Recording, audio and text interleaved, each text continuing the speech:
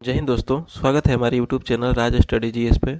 दोस्तों, इस वीडियो में हम जीके जीएस के कुछ इंपॉर्टेंट क्वेश्चन देखेंगे जो कि आने वाले एग्जाम जैसे SSC GD, CSF fireman, RPF constable और ग्रुप डी के लिए काफ़ी महत्वपूर्ण है। और ये सभी प्रश्न प्रीवियस ईयर पर आधारित प्रश्न हैं। ये किसी न किसी एग्जाम में पूछे हुए हैं, तो आने वाले जितने भी वनडे एग्जाम हैं उनके लिए काफ़ी महत्वपूर्ण है। तो चलिए शुरुआत करते हैं पहले प्रश्न से। पहला प्रश्न है कि वह कौन सा अधिनियम था जिसने भारत में सत्ता ब्रिटिश ईस्ट इंडिया कंपनी से ब्रिटिश क्राउन में हस्तांतरित की थी। तो इसका ऑप्शन है कि भारत सरकार अधिनियम 1833, भारत सरकार अधिनियम 1935, भारत सरकार अधिनियम 1947, भारत सरकार अधिनियम 1858। तो इसका सही उत्तर है भारत सरकार अधिनियम 1858। भारत सरकार अधिनियम 1858 के तहत ही जो भारत में सत्ता था ब्रिटिश ईस्ट इंडिया कंपनी का, उसे हस्तांतरण करके क्राउन को दे दिया गया। 1858 के अधिनियम के द्वारा हुआ था। और आपको पता होगा कि 1857 में स्वतंत्रता संग्राम हुआ। उसके बाद ही 1858 में भारत सरकार अधिनियम आया और ब्रिटिश ईस्ट इंडिया कंपनी से ब्रिटिश क्राउन में हस्तांतरित की गई भारत की सत्ता को। 1857 के विद्रोह और 1858 के अधिनियम के समय जो भारत का गवर्नर था वो था लॉर्ड कैनिंग। कैनिंग उस समय गवर्नर जनरल था, लॉर्ड कैनिंग। तो इसको भी याद करके रखिए। भारत सरकार अधिनियम 1833 क्या था? तो इसमें क्या था कि जो ईस्ट इंडिया कंपनी की जो व्यापार था, एक अधिकार था, उस सभी को समाप्त कर दिया गया। भारत सरकार अधिनियम 1833 के द्वारा भारत में जो व्यापार का एक अधिकार था ईस्ट इंडिया कंपनी का, उस सभी को समाप्त कर दिया गया। नेक्स्ट देखते हैं कि 1922 ईस्वी में निम्नलिखित में किसके द्वारा उद्धार व्यक्त किया गया कि भारतीय संविधान भारतीयों की इच्छा अनुसार होगा? तो इसका ऑप्शन है कि महात्मा गांधी, मोतीलाल नेहरू, गोपाल कृष्ण गोखले, बाल गंगाधर तिलक। तो इसका सही उत्तर है महात्मा गांधी। महात्मा गांधी ने पहली बार बताया कि भारतीय संविधान भारतीयों की इच्छा अनुसार होगा। तो महात्मा गांधी के थोड़ा बारे में जानकारी दे लें तो इनका जो जन्म हुआ था 2 अक्टूबर 1869 को हुआ था। जगह का नाम था पोरबंदर। और पोरबंदर जो है गुजरात में स्थित है। पोरबंदर जो है गुजरात में स्थित है। महात्मा गांधी जो है 1893 में दक्षिण अफ्रीका चले गए थे और 1915 में भारत लौटे थे। तो ये प्रश्न पूछा जाता है कि अफ्रीका में गांधी जी कब गए थे? तो 1893 में। और वहाँ से भारत कब लौटे थे? तो 1915 ईस्वी में। इसके साथ ही आपको बता दूं कि महात्मा गांधी ने चंपारण सत्याग्रह 1917 में शुरू किए थे, 1917 में। और अहमदाबाद मिल मजदूर जो हड़ताल हुआ था, उसमें इन्होंने पहली बार भूख हड़ताल की थी महात्मा गांधी ने। तो ये सभी महात्मा गांधी से संबंधित पॉइंट है, इसको भी याद कर लीजिए। नेक्स्ट देखते हैं, भारत के संविधान में प्रदत्त हमारे देश का नाम क्या है? तो इसका ऑप्शन है कि हिंदुस्तान और भारतवर्ष, इंडिया अर्थात हिंदुस्तान, इंडिया अर्थात भारत, भारत देश अर्थात इंडिया। तो इसका सही उत्तर है इंडिया और भारत। भारत के संविधान में प्रदत्त जो हमारा देश का नाम है वो है इंडिया और भारत। इसकी जो चर्चा है संविधान के भाग एक में अनुच्छेद 1 में भारत राज्यों का संघ होगा, इसका नाम जो है इंडिया अर्थात भारत होगा, अनुच्छेद 1 में बताया गया है। भारत का जो नाम है इंडिया और भारत, इसको अनुच्छेद 1 में बताया गया है। तो इसको याद कर लीजिए और ये भाग संविधान के भाग 1 में ही वर्णित किया गया है। नेक्स्ट देखते हैं कि भारतीय संविधान के निर्माण में सर्वाधिक गंभीर प्रभाव निम्नलिखित में से किसने छोड़ा? तो इसका ऑप्शन है कि यूएसए का संविधान, भारत सरकार अधिनियम 1935, आयरलैंड का संविधान, ब्रिटिश संविधान। तो इसका सही उत्तर है भारत सरकार अधिनियम 1935। तो इसका सही उत्तर हो जाएगा 1935 का अधिनियम। भारत सरकार के अधिनियम के द्वारा हमारे संविधान में बहुत सारी व्यवस्थाओं को लिया गया था, इसलिए सर्वाधिक प्रभाव जो हमारे संविधान पर है 1935 के अधिनियम का है। जबकि यूएसए के संविधान से हम देखेंगे तो मौलिक अधिकार, प्रस्तावना, न्यायिक समीक्षा जैसी व्यवस्था जो है हम अमेरिका से लिए हैं। आयरलैंड से हम देखेंगे तो राज्य का नीति निर्देशक तत्व जो है राज्य का नीति निर्देशक तत्व की व्यवस्था जो है हम आयरलैंड के संविधान से ग्रहण किए हैं। ब्रिटिश संविधान से हम लोग संसदीय व्यवस्था, एकल नागरिकता जैसी व्यवस्था को हम अपने संविधान में ग्रहण कर किए हैं। तो ये सभी इंपॉर्टेंट पॉइंट है कि यूएसए के संविधान से मौलिक अधिकार प्रस्तावना, भारत सरकार अधिनियम से जो भी जैसे संघ लोक सेवा आयोग जैसे जो भी संस्था है उनका भी गठन इन्हीं के 1935 के अधिनियम के आधार पर ही हुआ था। और आयरलैंड के संविधान से राज्य का नीति निर्देशक तत्व, ब्रिटिश संविधान से संसदीय व्यवस्था और एकल नागरिकता जैसी व्यवस्था जो है ब्रिटेन के संविधान से लिया गया है। तो इसको याद कर लीजिए। अगला देखते हैं कि भारतीय संविधान को कितने भागों में विभाजित किया गया है। तो इसका ऑप्शन है कि 16, 24, 22, 25। तो इसका सही उत्तर है 25। भारतीय संविधान को वर्तमान में 25 भाग है। जबकि संविधान जब बना था उस समय हमारे संविधान में 395 अनुच्छेद, 22 भाग और 8 अनुसूचियाँ थी। तो इसको याद करके रखिए कि जब संविधान बना था उस समय हमारे संविधान में 395 अनुच्छेद था, 22 भाग था और 8 अनुसूचियाँ था। हमारे संविधान की जो पहली बैठक हुई थी वो 9 दिसंबर 1946 को हुई थी। 9 दिसंबर 1946 को संविधान सभा की प्रथम बैठक हुई थी। नेक्स्ट देखते हैं कि भूमध्य रेखा से उत्तर या दक्षिण किसी दिए गए स्थान की कोणीय दूरी क्या कहलाती है। तो इसका ऑप्शन है कि प्रधान देशांतर, अक्षांश, इनमें से कोई नहीं। तो इसका सही उत्तर है अक्षांश। भूमध्य रेखा से उत्तर या दक्षिण किसी दिए गए स्थान की कोणीय दूरी क्या कहलाती है, तो अक्षांश कहलाती है। यदि हम ग्लोब एक बना दें, यदि बीच में हम विषुवत रेखा बना दें, तो जो भी रेखाएं इस तरह से खींची जाएगी उत्तर में या चाहे दक्षिण में, तो सभी अक्षांश रेखाएं कहलाती हैं। जबकि यदि हम ऊपर से नीचे की तरफ खींचे तो इसको हम देशांतर रेखा कहते हैं। हम इसके बारे में और तो आपको बता दें तो ये हो गया, यदि ग्लोब बना दिए तो इस रेखा को हम 0 डिग्री विषुवत रेखा या भूमध्य रेखा कहते हैं। इसके जस्ट ऊपर में 23.5 डिग्री पे इसे कर्क रेखा कहते हैं और नीचे में 23.5 डिग्री रेखा को मकर रेखा कहते हैं। तो काफ़ी इम्पोर्टेंट है, इसको भी याद कर लीजिए। जो खड़ी लाइन खींची जाती है उसे देशांतर रेखा और जो बड़ी लाइन खींची जाती है उसे अक्षांश रेखा कहा जाता है। अगला प्रश्न देखते हैं कि भूगर्भ में जिस स्थान पर भूकंपीय तरंगों की उत्पत्ति होती है उस स्थान को क्या कहा जाता है। तो इसका ऑप्शन है कि अधिकेंद्र, भूकंप अधिकेंद्र, भूकंप केंद्र, इकोलोजाइट। तो इसका सही उत्तर है भूकंप केंद्र। भूगर्भ में जिस स्थान से भूकंप तरंगों की उत्पत्ति होती है उसे भूकंप केंद्र कहा जाता है। और केंद्र से उत्पत्ति होने के बाद पृथ्वी के धरातल पर जिस स्थान पर सबसे पहले पहुंचती है यानी उसके ऊपर के स्थान को अधिकेंद्र कहा जाता है। यहाँ पे जो भूकंप के झटके होते हैं ज़्यादा देखा जाता है। भूकंप के झटके यहाँ पे ज़्यादा देखा जाता है।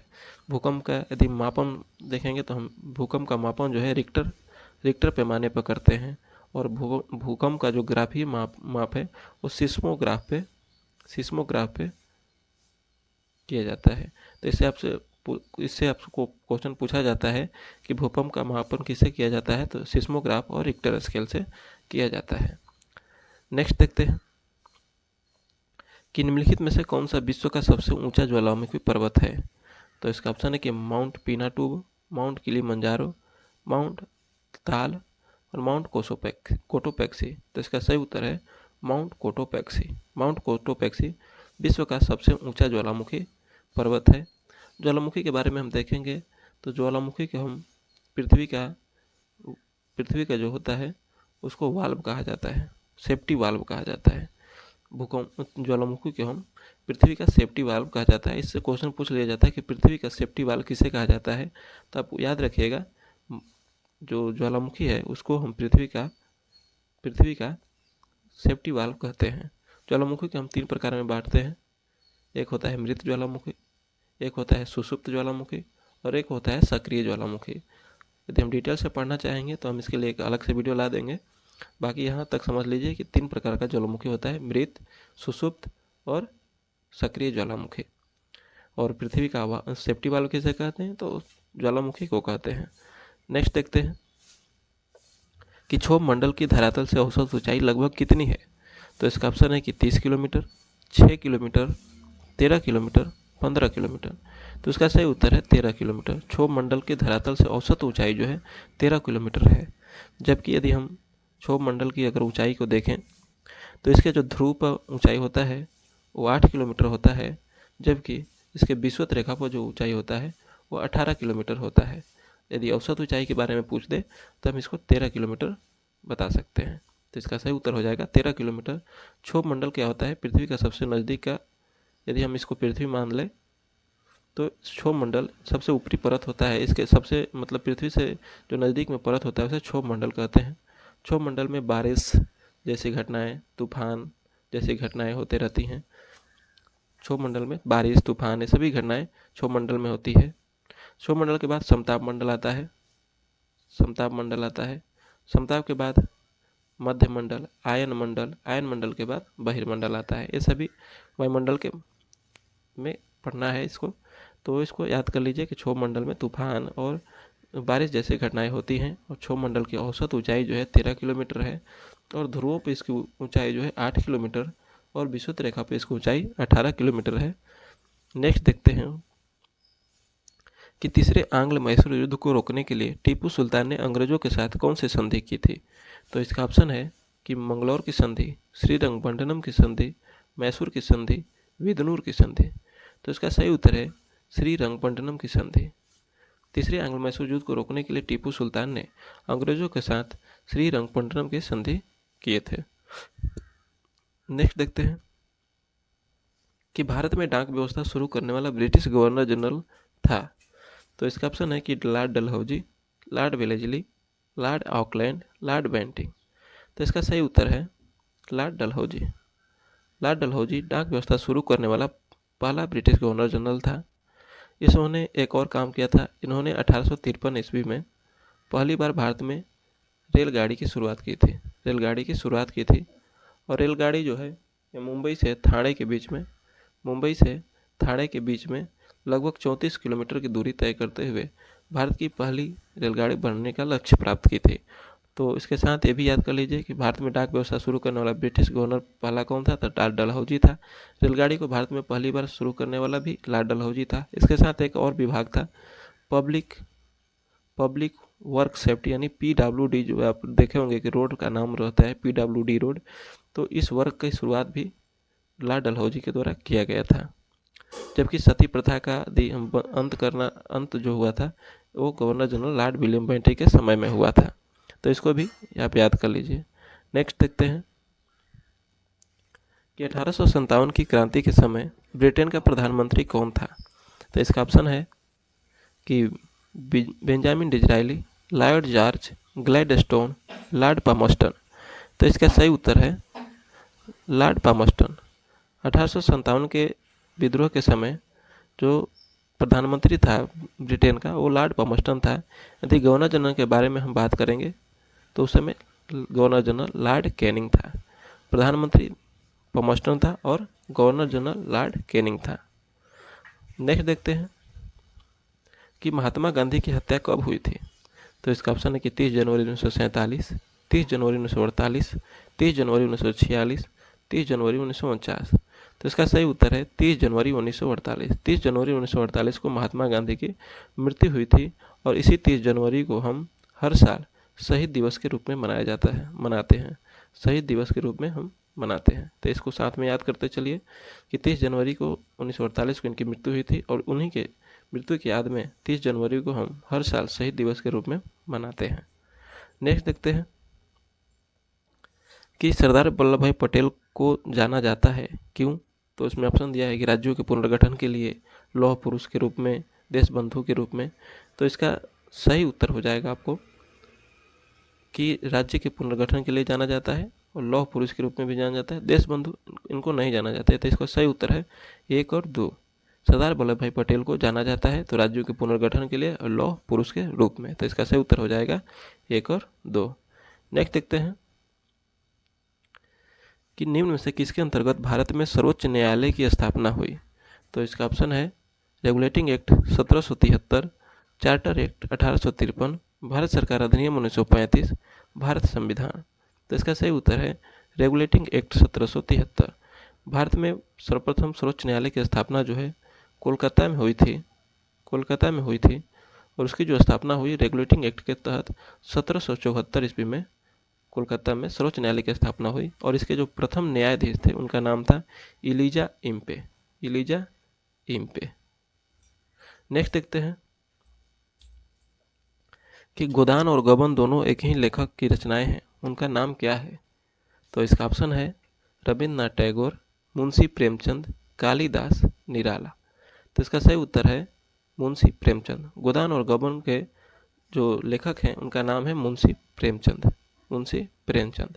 जबकि रविन्द्रनाथ टैगोर ने एक पुस्तक लिखी थी जो काफ़ी महत्वपूर्ण है, वो था अमार सोनार बंगला, अमार सोनार बंगला। तो इसको भी याद कर लीजिए। कालिदास की पुस्तक है मेघदूतम, मेघदूतम, मेघदूतम। उसके बाद एक है मालविका, मालविका अग्निमित्र, मालविका अग्निमित्र। ये भी इनकी पुस्तक है, कालिदास की रचना है। तो इसको भी याद कर लीजिए।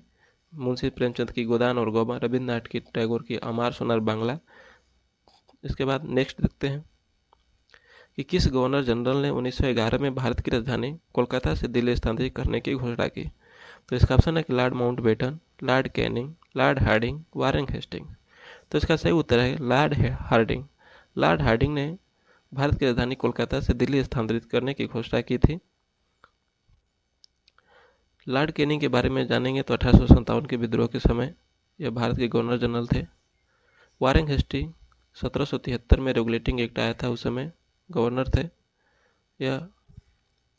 और लॉर्ड माउंटबेटन के देखेंगे तो इन्होंने माउंटबेटन योजना को 3 जून 1947 को लाया था, 3 जून 1947 को। नेक्स्ट देखते हैं कि अल हिलाल समाचार पत्र किसके द्वारा राष्ट्रीयता के प्रचार के लिए शुरू किया गया था? तो इसका ऑप्शन है कि मोहम्मद अली, महात्मा गांधी, अबुल कलाम आज़ाद, सैयद अहमद खान। तो इसका सही उत्तर है अबुल कलाम आज़ाद। अबुल कलाम आज़ाद ने अल हिलाल समाचार पत्र की शुरुआत की थी। और अबुल कलाम आज़ाद कांग्रेस के, भारतीय राष्ट्रीय कांग्रेस के सबसे अधिक दिनों तक अध्यक्ष बने रहे। और इन्होंने सबसे कम उम्र में अध्यक्ष बनने की भी ख्याति प्राप्त की थी अबुल कलाम आज़ाद ने। नेक्स्ट देखते हैं कि नवजात शिशुओं में हड्डियों की संख्या लगभग कितनी होती है? तो इसका ऑप्शन है कि 200, 206, 300, 350। तो इसका सही उत्तर हो जाएगा 300।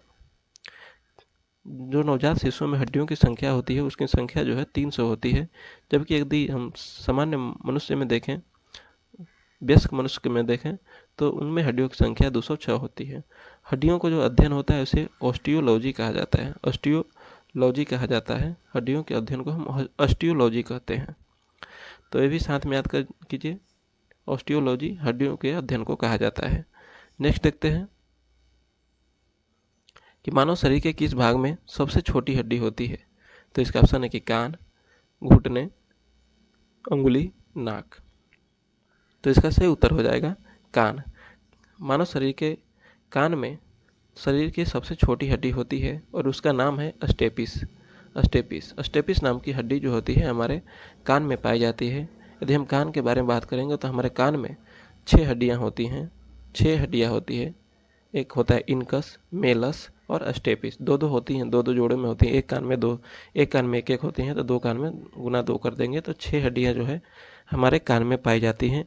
और शरीर की सबसे छोटी हड्डी जो होती है अस्टेपिस है और वह कान में पाई जाती है। जबकि सबसे बड़ी जो हड्डी हमारे शरीर की है वह फीमर है। यह जांघ की हड्डी होती है जिसे फीमर कहते हैं। यह हमारे शरीर की सबसे बड़ी हड्डी है। तो हमारे शरीर की सबसे बड़ी हड्डी फीमर है और सबसे छोटी हड्डी अस्टेपिस है जो कान में पाई जाती है और फीमर जांघ में पाई जाती है। नेक्स्ट देखते हैं कि मानव शरीर में रुधिर बैंक का कार्य कौन करता है? तो इसका ऑप्शन है कि तिल्ली, फेफड़ा, हृदय, यकृत। तो इसका सही उत्तर है तिल्ली। मानव शरीर में रुधिर बैंक का काम तिल्ली के द्वारा किया जाता है।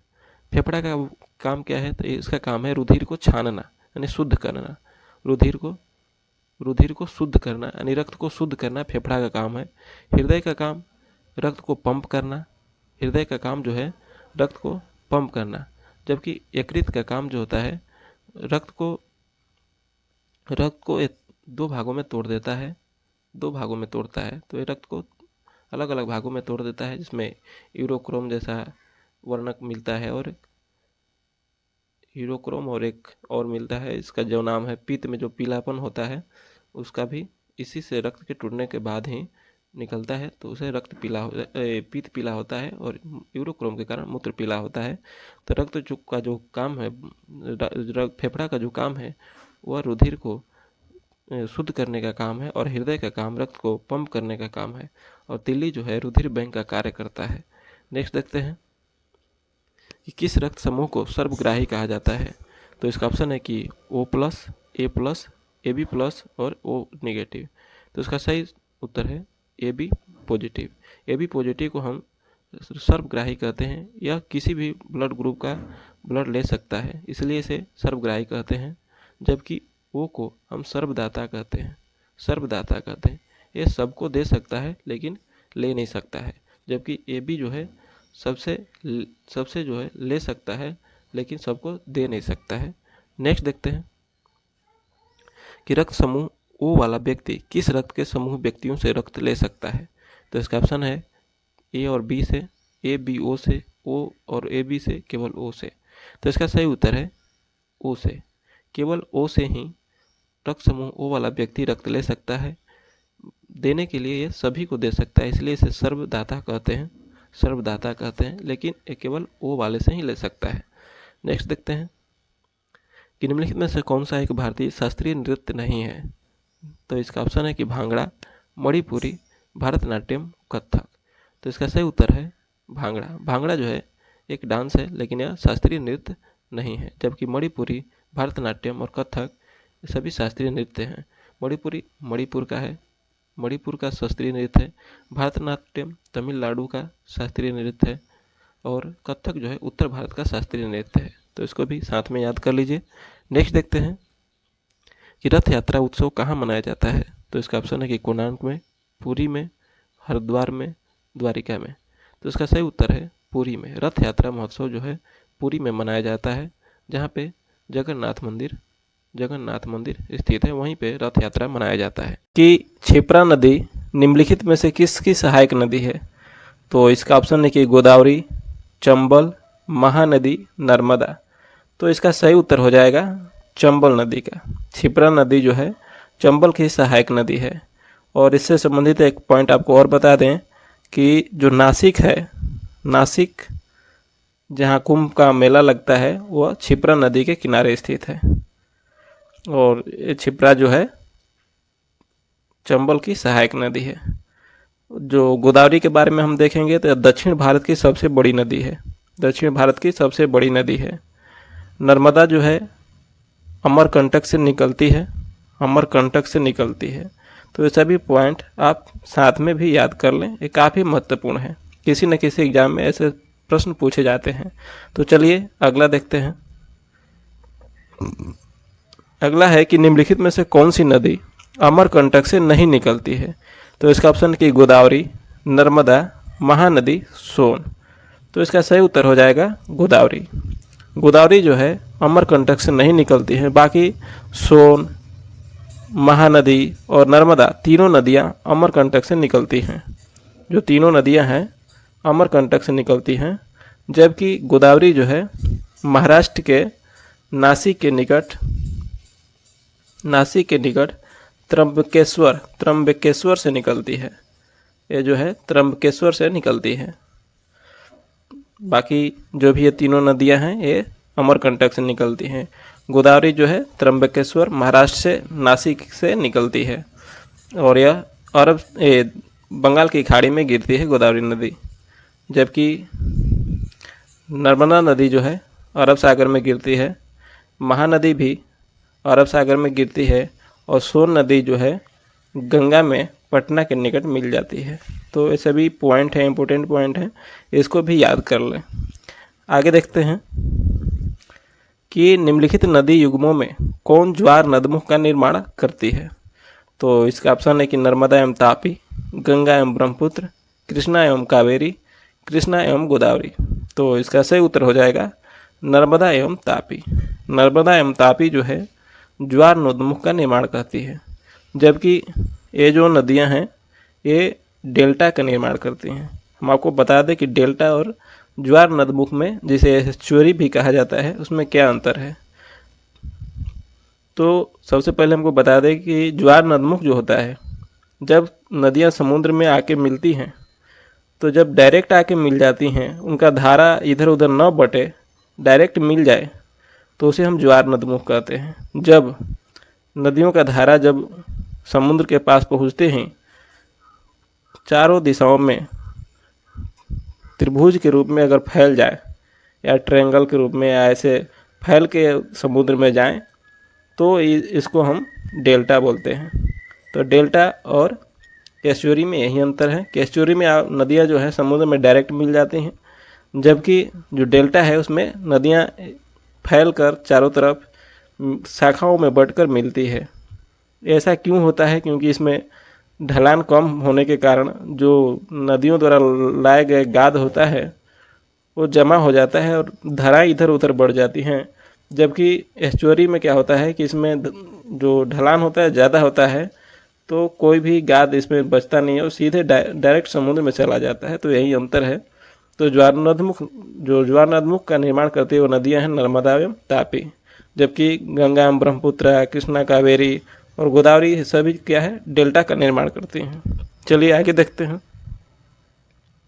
कि इंपीरियल बैंक ऑफ इंडिया का आंशिक राष्ट्रीयकरण करके भारतीय स्टेट बैंक की स्थापना कब की गई। तो इसका ऑप्शन है कि 1935, 1949, 1955, 1962। तो इसका सही उत्तर है 1955। इंपीरियल बैंक की स्थापना 1921 में हुई थी, लेकिन 1955 में इसको राष्ट्रीयकरण करके स्टेट बैंक ऑफ इंडिया के रूप में बना दिया गया, स्थापना कर दिया गया। तो आपको पूछ देगा कि एसबीआई का स्थापना कब हुआ था, तो 1955 में। 21 से हुआ था, तो ये इंपीरियल बैंक जो 1921 में स्थापित हुआ था, इसी का राष्ट्रीयकरण करके एसबीआई यानी स्टेट बैंक ऑफ इंडिया का स्थापना हुआ। जबकि 1935 में भारत के केंद्रीय बैंक आरबीआई का स्थापना हुआ था। आरबीआई का स्थापना हुआ था 1935 में। नेक्स्ट देखते हैं कि दक्षिण भारत की नदियों में सबसे लंबी नदी है। तो पहले भी बता चुका हूँ, तो इसका सही उत्तर हो जाएगा गोदावरी। इसमें टाइम वेस्ट करने की ज़रूरत नहीं है। दक्षिण भारत की नदियों में सबसे लंबी नदी है गोदावरी। कहाँ से निकलती है एक बार और रिवीजन करा देते हैं। तो महाराष्ट्र के नासिक एक जगह है, और वहाँ त्र्यंबकेश्वर नामक स्थान से निकलती है और दक्षिण भारत की सबसे लंबी नदी है। और यह क्या है कि बंगाल की खाड़ी में गिरती है। ये भी याद कर लें।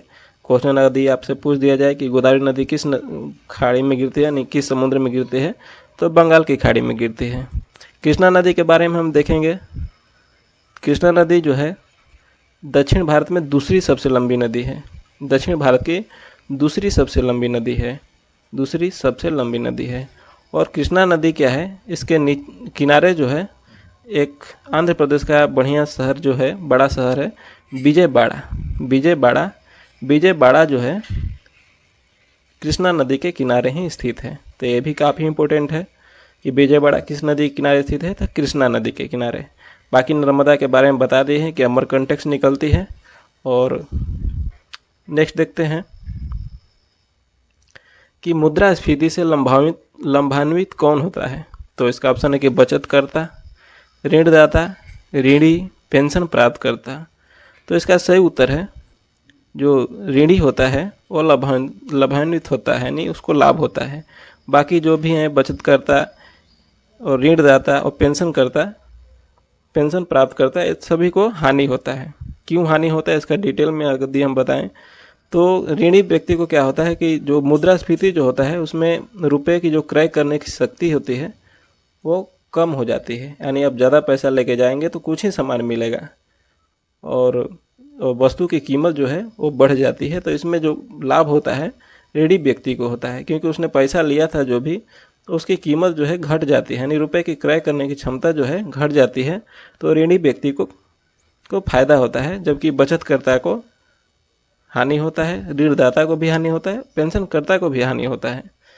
ऐसे आरबीआई ने जो भी मुद्रास्फीति की दर जो बताया है, यदि वो 4 और 6 के बीच में रहता है तो मुद्रास्फीति अच्छा है, लेकिन अब इससे ज़्यादा बढ़ने लगे 6 से ज़्यादा तो वह अर्थव्यवस्था के लिए ठीक नहीं है। नेक्स्ट देखते हैं आगे कि हाथी किस राष्ट्रीय उद्यान में पाया जाता है। तो इसका ऑप्शन है कि नागरहोल, बोरीवली, दुधवा, काजीरंगा। तो इसका सही उत्तर है नागरहोल। नागरहोल में हाथी पाया जाता है और ये जो राष्ट्रीय उद्यान है यह कर्नाटका में स्थित है। नागरहोल जो है कर्नाटका यानी कर्नाटक में स्थित है, जबकि बोरीवली जो है महाराष्ट्र में और दुधवा राष्ट्रीय उद्यान जो है उत्तर प्रदेश में और काजीरंगा असम में स्थित है। और यहाँ जो प्रमुख पशु जो है एक सींग वाला गैंडा यहाँ का प्रसिद्ध है, एक सींग वाला गैंडा। तो ये साथ में याद कर लीजिए।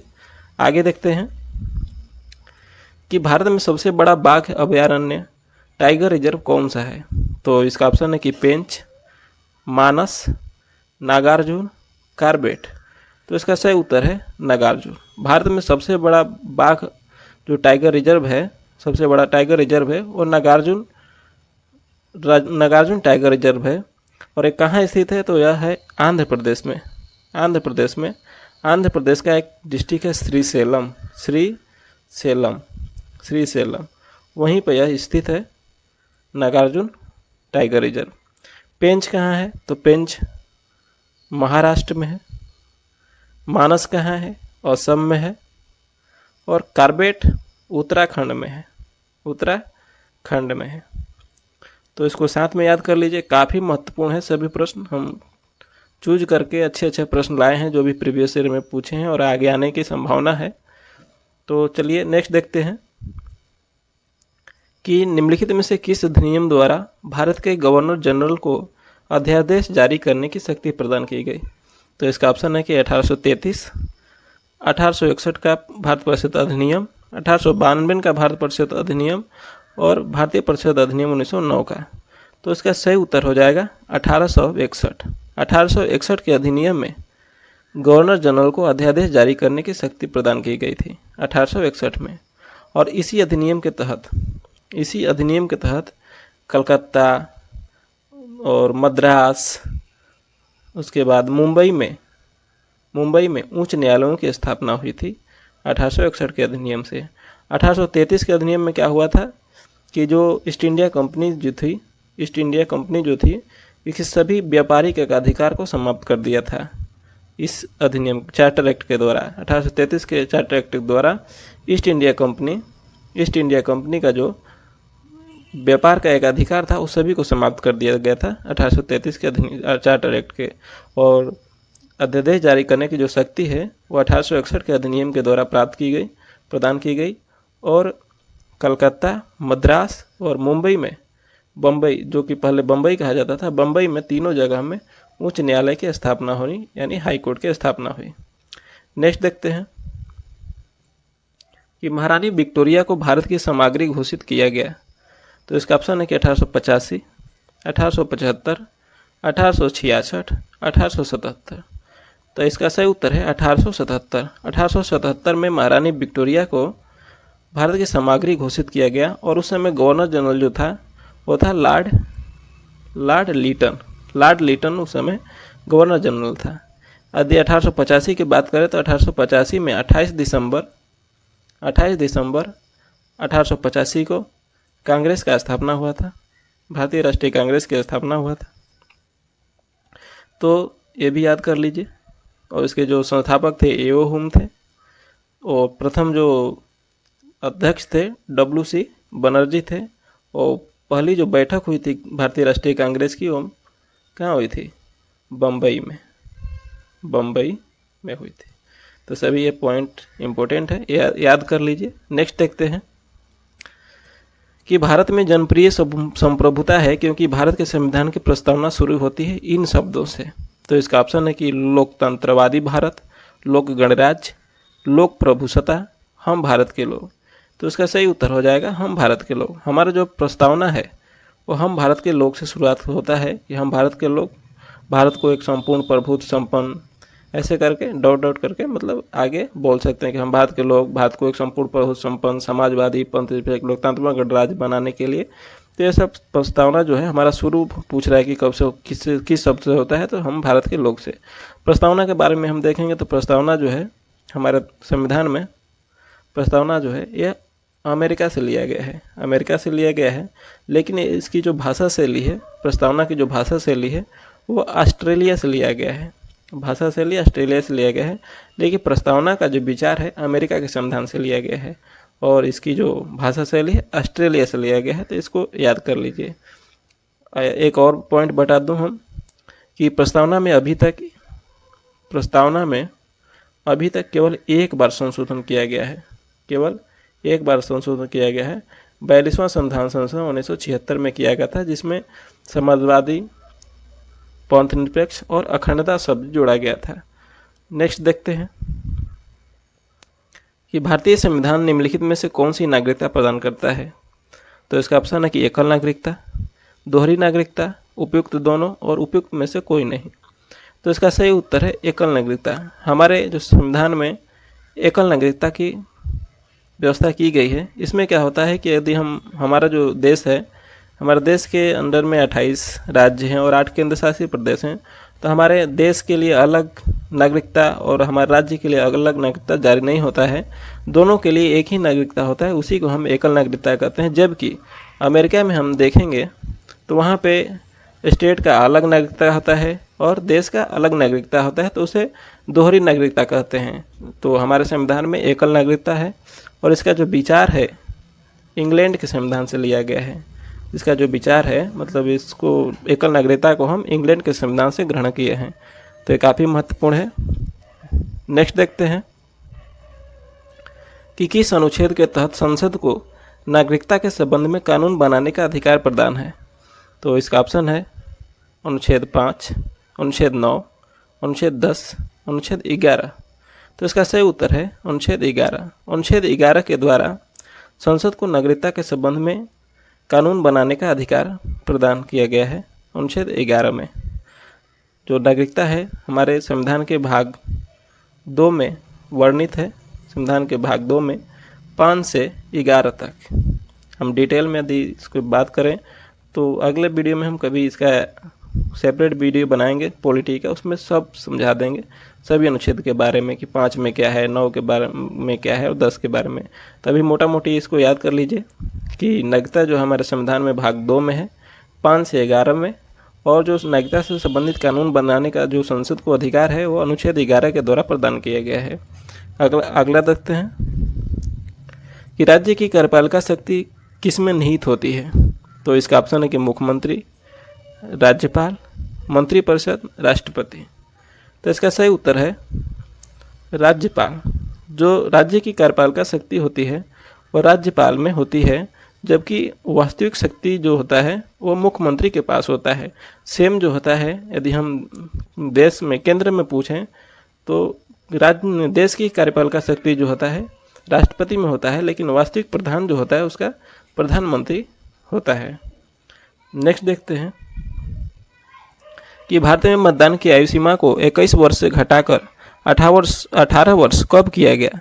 तो इसका ऑप्शन है कि 1988, 1989, 1990, 1991। तो इसका सही उत्तर है 1989। 61वां संविधान संशोधन 1989 के द्वारा जो आयु सीमा था 21 वर्ष से घटाकर 18 वर्ष कर दिया गया था। तो काफ़ी महत्वपूर्ण है, इसमें संशोधन भी पूछ दिया था कि इस संशोधन में, तो 61वां संविधान संशोधन में इसको घटाया गया था 1989 में। नेक्स्ट है कि ऐसे तत्व जिनमें धातु और अधातु के गुण पाए जाते हैं कहलाते हैं। तो इसका ऑप्शन है कि आदर्श धातु, उपधातु, मिश्र धातु, मल धातु, धातु मल। तो इसका सही उत्तर है उपधातु। जिस तत्व में धातु और अधातु दोनों का गुण पाया जाता है उसे उपधातु कहा जाता है। तो इसको आप याद कर लीजिए। नेक्स्ट है कि निम्न में से कौन सा हाइड्रोजन का समस्थानिक नहीं है। तो इसका ऑप्शन है कि प्रोटियम, ड्यूटेरियम, ट्रिटियम, ट्रांसियम। तो इसका सही उत्तर है ट्रांसियम। बाकी जो भी है प्रोटियम जो है ये भी प्रोटियम जो है हाइड्रोजन के समस्थानिक है, ड्यूटेरियम भी हाइड्रोजन के समस्थानिक है और ट्राइटियम भी हाइड्रोजन के समस्थानिक है। ये ट्रांसियम जो है समस्थानिक नहीं है। हाइड्रोजन के 3 समस्थानिक हैं। हाइड्रोजन का परमाणु संख्या अगर देखेंगे तो इसका परमाणु संख्या 1 होता है और यहीं से आवर्त सारणी की शुरुआत होती है। हाइड्रोजन का 1, हीलियम 2, लिथियम 3, बेरिलियम 4, बोरान 5। तो ऐसे आपको 30 तक याद रहना चाहिए कम से कम। नेक्स्ट देखते हैं कि कार्बन मोनोऑक्साइड और नाइट्रोजन के गैसीय मिश्रणों को कहते हैं। तो इसका ऑप्शन है कि कोल गैस, जल गैस, प्रोड्यूसर गैस, प्राकृतिक गैस। तो इसका सही उत्तर है प्रोड्यूसर गैस। कार्बन मोनोऑक्साइड यानी CO और नाइट्रोजन का मिश्रण जो होता है उसे प्रोड्यूसर गैस कहा जाता है। नेक्स्ट है कि सुरक्षा की दृष्टि से खाना पकाने वाली LPG गैस सिलेंडर में क्या भरकर गैस को गंधमुक्त बनाया जाता है। तो इसका ऑप्शन है कि हीलियम, अमोनिया, मरकैप्टन, ईथर। तो इसका सही उत्तर है मरकैप्टन। सुरक्षा की दृष्टि से जो खाना बनाने वाला जो गैस है उसमें हम मरकैप्टन मिलाते हैं ताकि उसमें गंध बना रहे और लीकेज होने पर उसमें पता चल जाए। नेक्स्ट देखते हैं कि निम्नलिखित में से किसकी स्थापना ज्योतिबा फुले ने की थी। तो इसका ऑप्शन है कि सत्यशोधक समाज, दलित वर्ग मिशन समाज, बहुजन समाज और इनमें से कोई नहीं। तो इसका सही उत्तर है सत्यशोधक समाज। ज्योतिबा फुले ने सत्यशोधक समाज की स्थापना किए थे और ये महाराष्ट्र के थे। नेक्स्ट है कि किस वायसराय के शासनकाल में पहला फैक्ट्री अधिनियम पारित किया गया था। तो इसका ऑप्शन है कि Lord Curzon, Lord Lytton, Lord Ripon और लॉर्ड कैनिंग। तो इसका सही उत्तर है लॉर्ड रिपन। 1881 ईस्वी में 1881 ईस्वी में पहला फैक्ट्री अधिनियम आया था। उस समय जो गवर्नर जनरल था लॉर्ड रिपन था। जबकि बंगाल विभाजन के समय 1905 में जो गवर्नर जनरल था लॉर्ड कर्जन था। और जब 1877 में महारानी विक्टोरिया को भारत का सामग्री घोषित किया गया था उस समय लॉर्ड लीटन गवर्नर जनरल था। और 1857 के समय जो स्वतंत्रता संग्राम हुआ था उस समय गवर्नर जनरल कैनिंग था। तो इसको भी याद कर लीजिए, काफ़ी महत्वपूर्ण है। नेक्स्ट देखते हैं कि भारतीय राष्ट्रीय कांग्रेस का 1938 का अधिवेशन किस शहर में हुआ था। तो इसका ऑप्शन है कि हरिपुरा, पटना, रांची, भागलपुर। तो इसका सही उत्तर है हरिपुरा। भारतीय राष्ट्रीय कांग्रेस का 1938 का जो अधिवेशन था वह हरिपुरा में हुआ था और यह हरिपुरा जो है गुजरात राज्य में स्थित है। और इस अधिवेशन के जो अध्यक्ष थे सुभाष चंद्र बोस थे। नेक्स्ट है कि निम्न में से किस आंदोलन में सरदार वल्लभ भाई पटेल ने मुख्य भूमिका निभाई। तो इसका ऑप्शन है कि बिजौलिया आंदोलन, दांडी मार्च, अहमदाबाद मिल मजदूर हड़ताल और बारदौली सत्याग्रह। तो इसका सही उत्तर है बारदौली सत्याग्रह का जो नेतृत्व है सरदार वल्लभ भाई पटेल ने निभाए थे। जबकि अहमदाबाद मिल मजदूर हड़ताल जो हुआ था 1918 में हुआ था और इसमें गांधी जी ने पहली बार भूख हड़ताल किए थे। और बारदौली सत्याग्रह जो है 1928 में हुआ था। दांडी मार्च 1930 में हुआ था। तो हमसे जितना बढ़ रहा हुआ एक्स्ट्रा पॉइंट हम उतना बता रहे हैं, ठीक ना। और यदि आपको अच्छा लगे तो लाइक करें, कमेंट करें। यदि चैनल पर नए हो तो सब्सक्राइब जरूर करें। आपको वीडियो कैसी लग रही है ज़रूर बताएं। नेक्स्ट देखते हैं कि कौन सा भारतीय स्वतंत्र भारत का पहला गवर्नर जनरल बना। तो इसका ऑप्शन है कि राजेंद्र प्रसाद, सरदार पटेल, सी राजगोपालाचारी, BR अम्बेडकर। तो इसका सही उत्तर है सी राजगोपालाचारी। भारतीय स्वतंत्र भारत का पहला गवर्नर जनरल जो थे सी राजगोपालाचारी थे।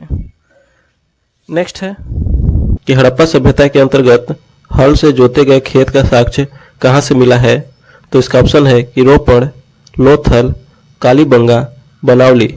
तो इसका सही उत्तर हो जाएगा कालीबंगा से जोते हुए खेत तथा साथ में ही साथ अग्निकुंड भी मिला हुआ है। कालीबंगा राजस्थान में स्थित है और यह घग्गर नदी के किनारे स्थित है। घग्गर जिसे सरस्वती नदी भी कहा जाता है, इसके किनारे स्थित है। बनवाली जो है हरियाणा में स्थित है और यह भी घग्गर नदी के किनारे स्थित है। लोथल जो है गुजरात में स्थित है। भोगवा नदी के किनारे, गुजरात में भोगवा नदी के किनारे स्थित है लोथल। लोथल की जो खोज किए थे वह किए थे रंगनाथ राव। रोपड़ जो है पंजाब में सतलज नदी के किनारे स्थित है। तो ये सभी कुछ इंपोर्टेंट पॉइंट है, तो देख लीजिए। नेक्स्ट देखते हैं, फयान किसके शासनकाल में भारत आया था? तो इसका ऑप्शन है चंद्रगुप्त प्रथम, अशोक, हर्षवर्धन, चंद्रगुप्त द्वितीय। तो इसका सही उत्तर हो जाएगा चंद्रगुप्त द्वितीय। फयान जो यात्री था वह चंद्रगुप्त द्वितीय के दरबार में आया था। चंद्रगुप्त द्वितीय को विक्रमादित्य भी कहा जाता है। चंद्रगुप्त द्वितीय को विक्रमादित्य भी कहा जाता है। हर्षवर्धन के दरबार में चीनी यात्री हुएनसांग आया था। नेक्स्ट है कि किसके समय में मलिक मोहम्मद जायसी ने पद्मावत की रचना की? तो इसका ऑप्शन है अकबर के समय, शेरशाह के समय, बाबर के समय और औरंगजेब के समय। तो इसका सही उत्तर हो जाएगा शेरशाह के समय। मलिक मोहम्मद जायसी ने पद्मावत की रचना शेरशाह के समय की थी। शेरशाह का जन्म हरियाणा के नरनौल में हुआ था और शेरशाह के बचपन का नाम फरीद था। और शेरशाह ने मुगल वंश के राजा हुमायूं को 2 बार पराजित किया था। एक बार 1539 ईस्वी में चौसा के युद्ध में, 1539 में चौसा के युद्ध में और 1540 में बिलग्राम या कनौज के युद्ध में हराया था। कनौज या बिलग्राम के युद्ध में हराया था। शेरशाह की मृत्यु 1545 में हुई थी। नेक्स्ट है कि प्रत्येक क्रिया के बराबर व विपरीत दिशा में एक प्रतिक्रिया होती है, यह कथन है। तो इसका ऑप्शन है न्यूटन के गति प्रथम नियम का, न्यूटन का गति विषयक द्वितीय नियम, न्यूटन का गति विषयक तृतीय नियम, उपयुक्त में से कोई नहीं। तो इसका सही उत्तर हो जाएगा न्यूटन का गति विषयक तृतीय नियम। न्यूटन का गति विषयक तृतीय नियम कहता है कि प्रत्येक क्रिया के विपरीत प्रतिक्रिया होती है। न्यूटन के पहले नियम से जड़त्व का परिभाषा मिलता है, जबकि द्वितीय नियम से बल का व्यंजक प्राप्त होता है। बल का व्यंजक F बराबर ma प्राप्त होता है, यानी बल बराबर द्रव्यमान गुणे त्वरण। बल का SI मात्रक न्यूटन होता है। नेक्स्ट है कि सारे जहां से अच्छा हिंदुस्तान हमारा के रचनाकार हैं। तो इसका ऑप्शन है कि रविन्द्रनाथ टैगोर, इकबाल, रहमत अली, भगत सिंह। इसका सही उत्तर है इकबाल। सारे जहां से अच्छा हिंदुस्तान हमारा के रचनाकार इकबाल हैं। नेक्स्ट है कि रक्त जमने में किस तत्व की भूमिका होती है? तो इसका ऑप्शन है Mg, Ca, Fe, Cu। तो इसका सही उत्तर है Ca यानी कैल्शियम। रक्त जमने के लिए कैल्शियम तत्व की भूमिका होती है, जबकि रक्त के थक्का न बनने में हिपेरिन जो होता है, इसके कारण रक्त का थक्का नहीं बन पाता है। जबकि रक्त के जमने के लिए किस तत्व की भूमिका होती है? तो कैल्शियम तत्व की भूमिका होती है। कैल्शियम का परमाणु संख्या 20 होता है। जबकि Fe का परमाणु संख्या 26 होता है। Fe यानी लोहा। नेक्स्ट है कि पाचन क्रिया में प्रोटीन निम्न में से किस पदार्थ में बदल जाते हैं? तो इसका ऑप्शन है कि वसा में, ग्लूकोज में, एमिनो अम्ल में, शर्करा में। तो इसका सही उत्तर है एमिनो अम्ल में। पाचन क्रिया में प्रोटीन जो होता है एमिनो अम्ल में बदल जाता है। हमारे शरीर को 20 प्रकार के प्रोटीन की आवश्यकता होती है, जिसमें से 10 जो है हमारे शरीर में ही उत्पादित होती है। शरीर हमारा निर्माण करता है 10 प्रोटीन का, जबकि 10 प्रोटीन हमें भोजन से प्राप्त होता है। आपको पता होगा कि बच्चों में प्रोटीन की कमी से क्वार्सिकोर रोग होता है। नेक्स्ट है कि आधुनिक आवर्त सारणी में तत्वों के वर्गीकरण का आधार है। तो इसका ऑप्शन है परमाणु संख्या, परमाणु द्रव्यमान, परमाणु आयतन, परमाणु घनत्व। तो इसका सही उत्तर है परमाणु संख्या। आधुनिक आवर्त सारणी में तत्वों के वर्गीकरण का आधार परमाणु संख्या होता है और आधुनिक आवर्त सारणी का खोज मोसले के द्वारा किया गया था। नेक्स्ट है कि हमारी छोड़ी हुई सांस की हवा में कार्बन डाइऑक्साइड की मात्रा लगभग कितनी होती है। तो इसका ऑप्शन है कि 4%, 8%, 12% और 16%। तो इसका सही उत्तर है 4%। हमारी छोड़ी हुई सांस की हवा में कार्बन डाइऑक्साइड की मात्रा जो है 4% होती है। जब हम सांस लेते हैं तो हम सांस के द्वारा 78% नाइट्रोजन, 21% ऑक्सीजन तथा 0.03% CO2 लेते हैं, जबकि छोड़ते समय CO2 4% छोड़ते हैं। नेक्स्ट है कि भक्ति आंदोलन को दक्षिण भारत से लाकर उत्तर भारत तक प्रचारित करने का श्रेय किसे दिया जाता है। तो इसका ऑप्शन है कि शंकराचार्य, रामानुज, रामानंद और कबीर। तो इसका सही उत्तर है रामानंद को भक्ति आंदोलन को दक्षिण भारत से उत्तर भारत लाने के लिए श्रेय दिया जाता है और कबीर जो थे रामानंद के शिष्य थे कबीर। नेक्स्ट है कि पौधा और जंतुओं के बीच की योजक कड़ी के रूप में किसे जाना जाता है। तो इसका ऑप्शन है कि अमीबा, यूग्लिना, प्लाज्मोडियम, पैरामीशियम। तो इसका सही उत्तर है यूग्लिना। पौधों और जंतुओं के बीच की योजक कड़ी यूग्लिना को कहा जाता है, जबकि निर्जीव और सजीव के बीच योजक कड़ी जो होता है उसे हम वायरस या विषाणु को कहते हैं। निर्जीव और सजीव के बीच योजक कड़ी वायरस या विषाणु को कहते हैं, जबकि पौधे और जंतुओं के बीच की योजक कड़ी यूग्लिना को कहते हैं। नेक्स्ट है कि वर्षा की बूंद का आकार गोलाकार किस कारण से होता है। तो इसका ऑप्शन है कि श्यानता, पृष्ठ तनाव, प्रत्यास्था और गुरुत्व।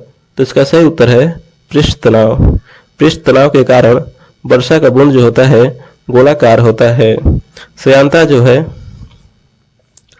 जो है द्रव और गैसों का गुण है और श्यानता का जो एसआई मात्रक होता है पॉइज होता है। नेक्स्ट है लेप्चा तथा भूटिया जनजातियों का निवास क्षेत्र कहाँ है। तो इसका ऑप्शन है कि सिक्किम, ओडिशा, मेघालय, मिजोरम। इसका सही उत्तर है सिक्किम। लेप्चा तथा भूटिया जनजातियों का निवास क्षेत्र सिक्किम में होता है। लेप्चा और भूटिया दो जनजाति हैं जिनका निवास सिक्किम में है। नेक्स्ट है कि तत्वों के वर्गीकरण से संबंधित त्रिक का नियम का प्रतिपादन किसने किया। तो इसका ऑप्शन है कि लोथर मेयर, डोबेरेनर, मेंडलीफ, न्यूलैंड्स। तो इसका सही उत्तर हो जाएगा डोबेरेनर ने तत्वों के वर्गीकरण से संबंधित त्रिक नियम दिया था, जबकि तत्वों के वर्गीकरण से संबंधित अष्टक नियम न्यूलैंड के द्वारा दिया गया था। अष्टक नियम जो था न्यूलैंड के द्वारा दिया गया था। नेक्स्ट है कि भारत के सर्वाधिक क्षेत्र पर किस प्रकार की मिट्टी का विस्तार पाया जाता है। तो इसका ऑप्शन है कि जलोढ़ मिट्टी, काली मिट्टी, लाल मिट्टी, लैटराइट मिट्टी। तो इसका सही उत्तर है जलोढ़ मिट्टी। भारत के सर्वाधिक क्षेत्र पर किस प्रकार की मिट्टी का विस्तार होता है। तो जलोढ़ मिट्टी का निर्माण नदियों के द्वारा होता है। काली मिट्टी का निर्माण बेसाल्ट चट्टानों के द्वारा होता है, बेसाल्ट चट्टानों के द्वारा होता है और काली मिट्टी का सर्वाधिक विस्तार जो है महाराष्ट्र राज्य में है। महाराष्ट्र राज्य में है। काली मिट्टी को हम रेंगुर मिट्टी भी कहते हैं। काली मिट्टी को हम रेंगुर मिट्टी कहते हैं तथा यह कपास के उत्पादन के लिए काफ़ी ज़्यादा उपयुक्त है। लेटराइट मिट्टी जो है तमिलनाडु क्षेत्र में अधिक पाई जाती है। नेक्स्ट है कि मूल अधिकारों को सर्वप्रथम किस देश में संवैधानिक मान्यता प्रदान की गई थी? तो इसका ऑप्शन है कि भारत, अमेरिका, फ्रांस, ब्रिटेन। तो इसका सही उत्तर है संयुक्त राज्य अमेरिका। मूल अधिकारों को सर्वप्रथम संयुक्त राज्य अमेरिका में मान्यता दी गई थी। जबकि हमारे भारत के संविधान में मूल अधिकार की जो चर्चा किया गया है संविधान के भाग 3 में आर्टिकल 12 से 35 के बीच में वर्णित है। मूल अधिकार भारत में 6 प्रकार के मूल अधिकार दिए जाते हैं। नेक्स्ट है कि भारतीय संविधान में राज्य के नीति निर्देशक तत्व ग्रहण किए गए हैं। तो इसका ऑप्शन है कि ब्रिटेन से, आयरलैंड से, पूर्व सोवियत संघ से और फ्रांस से। तो इसका सही उत्तर है आयरलैंड से। हमारे संविधान में नीति निर्देशक तत्व को आयरलैंड से ग्रहण किया गया है, जबकि आयरलैंड ने स्पेन से राज्य के नीति निर्देशक तत्व को ग्रहण किया था। राज्य के नीति निर्देशक तत्व की जो हमारे संविधान में वर्णन है संविधान के भाग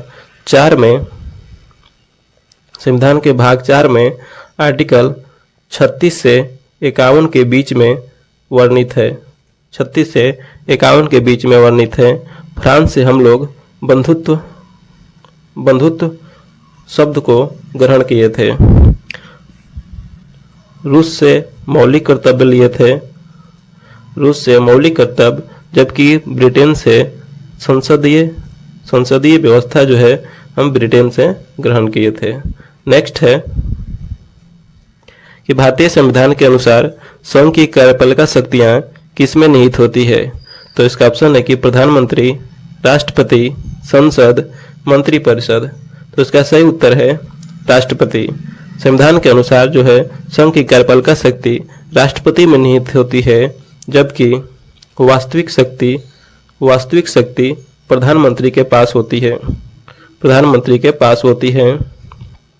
प्रधानमंत्री की जो नियुक्ति होती है राष्ट्रपति के द्वारा की जाती है। प्रधानमंत्री की नियुक्ति राष्ट्रपति के द्वारा की जाती है और प्रधानमंत्री मंत्रिपरिषद की बैठक की अध्यक्षता करता है। नेक्स्ट है कि भारतीय संविधान की कौन सी विशेष व्यवस्था इंग्लैंड से ली गई है? तो इसका ऑप्शन है कि संसदीय प्रणाली, संघीय प्रणाली, मूल अधिकार, सर्वोच्च न्यायपालिका। तो इसका सही उत्तर है संसदीय प्रणाली। संसदीय प्रणाली जो है ब्रिटेन से लिया गया है, जबकि संघीय प्रणाली कनाडा से लिया गया है। मूल अधिकार यूएसए यानी अमेरिका से लिया गया है और सर्वोच्च न्यायपालिका अमेरिका से लिया गया है। नेक्स्ट देखते हैं कि पृथ्वी के सर्वाधिक निकट कौन सा ग्रह है? तो इसका ऑप्शन है कि शुक्र, बुध, मंगल, बृहस्पति। तो इसका सही उत्तर है शुक्र। पृथ्वी के सर्वाधिक निकट जो ग्रह है वह शुक्र है। शुक्र को सांझ का तारा, भोर का तारा तथा पृथ्वी का बहिन के रूप में भी जाना जाता है। बुध ग्रह जो है सूर्य के सबसे निकट ग्रह है। सूर्य के सबसे निकट का ग्रह है। मंगल ग्रह को हम लाल ग्रह के रूप में भी जानते हैं। बृहस्पति को हम पीला ग्रह के रूप में जानते हैं और बृहस्पति का एक प्रमुख उपग्रह ज्ञानीमीड है, जो कि सभी उपग्रहों में सबसे बड़ा है। नेक्स्ट है कि बक्सर के युद्ध 1764 में अंग्रेजी सेना का नेतृत्व करने वाला था। तो इसका ऑप्शन है कि Robert Clive, Warren Hastings, Hector Munro, Charles Eyre Coote. तो इसका सही उत्तर है हेक्टर मुनरो। बक्सर के युद्ध के समय अंग्रेजी सेना का नेतृत्व हेक्टर मुनरो कर रहा था, जबकि दूसरी तरफ मीर कासिम, अवध का नवाब शुजा उदौला और मुगल बादशाह शाह आलमगीर द्वितीय नेतृत्व कर रहे थे। जिनको तीनों सेना की संयुक्त सेना थी, इनको हेक्टर मुन्नो ने हरा दिया और हराने के पश्चात इलाहाबाद की दो संधि हुई जिसमें पहली संधि 12 अगस्त 1765 को तथा दूसरी संधि 16 अगस्त 1765 को हुई थी। नेक्स्ट है कि निम्नलिखित में से मगध का कौन सा राजा सिकंदर महान का समकालीन था। तो इसका ऑप्शन है कि महापद्म नंद, घनानंद, सुकल्प, चंद्रगुप्त मौर्य। तो इसका सही उत्तर है घनानंद। घनानंद सिकंदर का समकालीन था। घनानंद नंद वंश का शासक था। घनानंद नंद वंश का शासक था और नंद वंश के संस्थापक महापद्म नंद थे। घनानंद को चंद्रगुप्त मौर्य ने हराकर मगध पे मौर्य वंश की स्थापना किया था। नेक्स्ट है कि ध्रुवों की तरफ जाने पर अक्षांश रेखाओं के व्यास की प्रकृति कैसी होती है। तो इसका ऑप्शन है कि यह स्थिर रहता है, यह घटता है, यह बढ़ता है, पहले घटता है पुनः बढ़ता है। तो इसका सही उत्तर है यह घटता है। ध्रुवों की तरफ जाने पर जो अक्षांश रेखाओं के व्यास होता है वह घटता है। जैसे हमारा यह ग्लोब है तो उसमें जो बीच में होता है विषुवत रेखा 0 डिग्री, यदि हम ऊपर की ओर जाएंगे, ध्रुवों की ओर जाएंगे, तो जो हमारा अक्षांशों का व्यास होगा वह घटते जाएगा। तो इसका सही उत्तर है यह घटता है। नेक्स्ट है कि नवीन जलोढ़ मिट्टी को अन्य किस नाम से जाना जाता है। तो इसका ऑप्शन है कि खादर, बांगर, कल्लर, रेंगुर। तो इसका सही उत्तर है खादर। नवीन जलोढ़ मिट्टी को हम खादर के नाम से भी जाने जाते हैं, जबकि पुरानी जलोढ़ मिट्टी को हम बांगर के रूप में जाना जाता है। जलोढ़ मिट्टी का निर्माण नदियों के द्वारा होता है।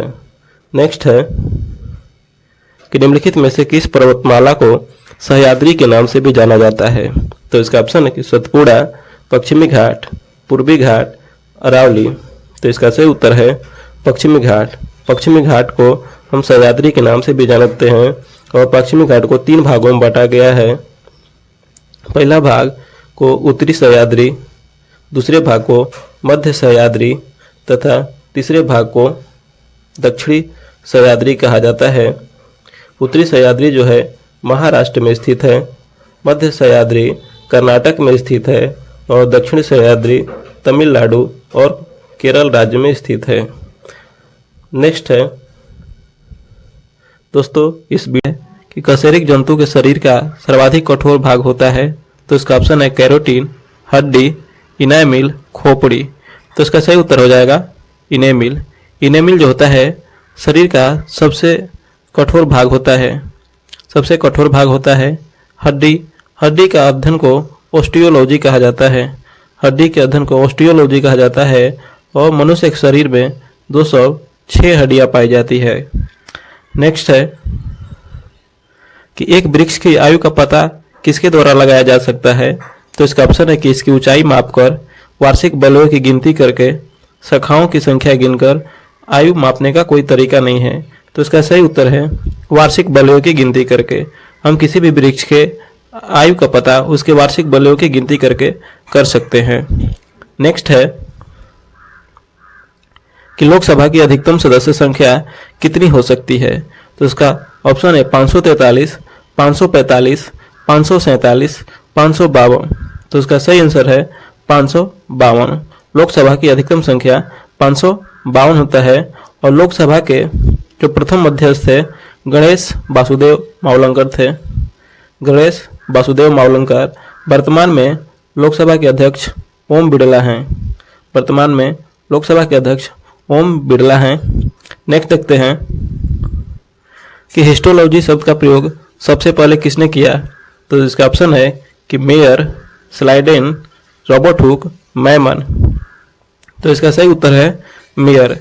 हिस्टोलॉजी शब्द का प्रयोग सबसे पहले मेयर के द्वारा किया गया। हिस्टोलॉजी जो है उत्तक विज्ञान को कहा जाता है। हिस्टोलॉजी जो है उत्तक विज्ञान को कहा जाता है। स्लाइडेन एंड स्वान ने सबसे पहले कोशिका सिद्धांत दिया था।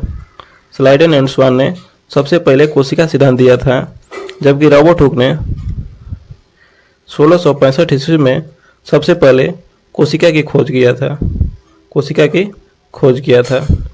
नेक्स्ट है कि कौन सा मेघ वायुमंडल में सर्वाधिक ऊंचाई पर निर्मित होता है? तो इसका ऑप्शन है कि पश्चाभ मेघ, स्तरीय मेघ, कपासी मध्य मेघ, वर्षा स्तरीय मेघ। तो इसका सही उत्तर है पश्चाभ मेघ। पश्चाभ मेघ जो होता है वायुमंडल में सर्वाधिक ऊंचाई पर स्थित होता है और इसे मोतियों का माला भी कहते हैं, मोतियों का माला भी कहते हैं पश्चाभ मेघ को। कपासी मेघ जो होता है यह गोभी के आकार का दिखता है, गोभी के आकार का दिखता है, ऐसे होता है कपासी मेघ। नेक्स्ट है कि आंख के किस भाग पर वस्तु का प्रतिबिंब बनता है? तो इसका ऑप्शन है प्यूपिल, कार्निया, आइरिस, रेटिना। तो इसका सही उत्तर है रेटिना। आंख के किस भाग पर वस्तु का प्रतिबिंब बनता है? तो रेटिना पर बनता है। जो प्रतिबिंब बनता है, जो उसकी जो प्रकृति होती है वास्तविक और उल्टा होता है, वो उल्टा होता है। जो हमारे रेटिना पर प्रतिबिंब बनता है उसकी प्रकृति जो होती है वास्तविक और उल्टा होता है। कार्निया के बारे में हम देखेंगे तो हम जब आँख को दान करते हैं तो हम कार्निया को ही दान में दिया जाता है, कार्निया को ही दान में दिया जाता है। नेक्स्ट है कि मानव त्वचा को रंग देने वाला वर्णक है। तो इसका ऑप्शन है मेलानिन, रेडोप्सिन, आइडास्पिन, एंथ्रोसाइनिन। तो इसका सही उत्तर है मेलानिन। मानव त्वचा को रंग प्रदान करने वाला वर्णक मेलानिन होता है। मेलानिन के वजह से ही आदमी गोरा और काला होता है। त्वचा जो है, त्वचा का अध्ययन डर्मेटोलॉजी कहा जाता है, डर्मेटोलॉजी कहा जाता है त्वचा का अध्ययन। नेक्स्ट है कि एक ग्रह की अपने कक्ष में सूर्य से अधिकतम दूरी को क्या कहा जाता है? तो इसका ऑप्शन है उपसौर, अपसौर, अपोजी, पेरिजी। तो इसका सही उत्तर है अपसौर। जब कोई भी ग्रह सूर्य से अधिकतम दूरी पर रहता है तो उसे अपसौर कहते हैं, जबकि यदि कम दूरी पर रखता है यानी न्यूनतम दूरी पर रहता है तो उसे उपसौर कहते हैं। उपसौर की घटना जो है 3 जनवरी को होती है, जबकि अपसौर की घटना 4 जुलाई को होती है। नेक्स्ट है कि श्रीमती एनी बेसेंट कांग्रेस की अध्यक्ष कब निर्वाचित हुई? तो इसका ऑप्शन है कि कलकत्ता अधिवेशन 1917, बम्बई अधिवेशन 1918, अमृतसर अधिवेशन 1919, लखनऊ अधिवेशन 1916। तो इसका सही उत्तर है कलकत्ता अधिवेशन 1917 में कांग्रेस की पहली महिला जो अध्यक्ष थी एनी बेसेंट कलकत्ता अधिवेशन 1917 में निर्वाचित हुई थी। लखनऊ अधिवेशन में एसी मजूमदार अध्यक्ष थे, एसी मजूमदार अध्यक्ष थे लखनऊ अधिवेशन में। नेक्स्ट है कि भारतीय राष्ट्रीय कांग्रेस के 1905 के बनारस अधिवेशन के अध्यक्ष कौन थे? तो इसका ऑप्शन है कि सुरेंद्र नाथ बनर्जी, फिरोज शाह मेहता, गोपाल कृष्ण गोखले, दीनसा वाचा। तो इसका सही उत्तर है गोपाल कृष्ण गोखले। भारतीय राष्ट्रीय कांग्रेस के 1950 के बनारस अधिवेशन के अध्यक्ष गोपाल कृष्ण गोखले थे और इसी अधिवेशन में बंगाल विभाजन जो 1905 में हुआ था उसकी निंदा की गई थी, इसकी निंदा की गई थी। और भारतीय राष्ट्रीय कांग्रेस के बारे में हम देखेंगे तो उसकी स्थापना 28 दिसंबर 1885 की हुई थी और इसकी पहली बैठक बम्बई में हुई थी। इसके जो संस्थापक थे एवो हुम थे और पहले अध्यक्ष WC बनर्जी थे। नेक्स्ट है कि क्षुद्र ग्रह जिन ग्रहों के बीच पाए जाते हैं वे हैं। तो इसका ऑप्शन है कि मंगल और शुक्र, बृहस्पति और शनि, मंगल और बृहस्पति, शनि और वरुण। तो इसका सही उत्तर है मंगल और बृहस्पति। मंगल और बृहस्पति के बीच में जो है क्षुद्र ग्रह पाए जाते हैं। मंगल जो ग्रह है इसके 2 फेमस उपग्रह हैं, एक फोबोस और एक है डिमोस। जबकि बृहस्पति का एक प्रमुख उपग्रह है गयानीमेड, जो सभी सभी उपग्रहों में सबसे बड़ा है। नेक्स्ट है कि पृथ्वी के किस भाग में निकेल और लोहा की प्रधानता होती है। तो इसका ऑप्शन है कि सियाल, सीमा, नीफे। तो इसका सही उत्तर है नीफे। नीफे जो है इसमें लोहे की प्रधानता सर्वाधिक होती है और इसे कोर भी कहा जाता है। पृथ्वी का कोर भी कहा जाता है, इसमें नीफे की प्रधानता होती है। जबकि सियाल में, सियाल जिसे भूपर पट्टी कहा जाता है, भूपर पट्टी कहा जाता है, इसमें सिलिकॉन और एल्युमिनियम की प्रधानता होती है। सीमा जिसे मेंटल कहा जाता है, इसमें सिलिकॉन और मैग्नीशियम की प्रधानता होती है, मैग्नीशियम की प्रधानता होती है। नेक्स्ट है कि लॉर्ड हार्डिंग ने बंगाल विभाजन किस वर्ष रद्द किया। तो इसका ऑप्शन है कि 1911 में, 1904 में, 1906 में, 1907 में। तो इसका सही उत्तर है 1911 में लॉर्ड हार्डिंग ने बंगाल विभाजन को रद्द किया था। बंगाल विभाजन की घटना जो है 1905 में हुई थी और इसकी जो निंदा है कांग्रेस के अधिवेशन, बनारस अधिवेशन 1905 में की गई थी, जिसके अध्यक्ष गोपाल कृष्ण गोखले थे। 1907 में कांग्रेस का विभाजन हुआ था और यह अधिवेशन सूरत में हुआ था और इसके जो अध्यक्ष थे रास बिहारी बोस थे। नेक्स्ट है कि भारतीय राष्ट्रीय कांग्रेस की पहली बैठक किस शहर में हुई थी। तो इसका ऑप्शन है कि कलकत्ता में, बम्बई में, अहमदाबाद, इलाहाबाद। तो इसका सही उत्तर है बम्बई में। भारतीय राष्ट्रीय कांग्रेस की पहली बैठक जो है 1885 में हुई थी, वह बम्बई शहर में हुई थी और जिसकी अध्यक्षता WC बनर्जी के द्वारा किया गया था। नेक्स्ट है कि यामिनी कृष्णमूर्ति का संबंध किस शास्त्रीय नृत्य से है। तो इसका ऑप्शन है कि भरतनाट्यम, कथकली, ओडिसी, कथक। तो इसका सही उत्तर है ओडिसी। यामिनी कृष्णमूर्ति ओडिसी शास्त्रीय नृत्य के से संबंध रखती हैं। जो भरतनाट्यम है यह तमिलनाडु का शास्त्रीय नृत्य है। कथकली जो है केरल का लोक नृत्य है। ओडिसी ओडिशा का लोक नृत्य है, जबकि कथक जो है उत्तर भारत का लोक नृत्य है। नेक्स्ट है कि कोशिका की क्रियात्मक गतिविधियां नियंत्रित होती हैं किसके द्वारा। तो इसका ऑप्शन है कि केंद्रिका द्वारा, माइटोकॉन्ड्रिया द्वारा, जीव द्रव्य द्वारा, केंद्रक द्वारा। तो इसका सही उत्तर है केंद्रक द्वारा। जो कोशिका की क्रियात्मक गतिविधियां होती हैं वह केंद्रक द्वारा नियंत्रित होती हैं।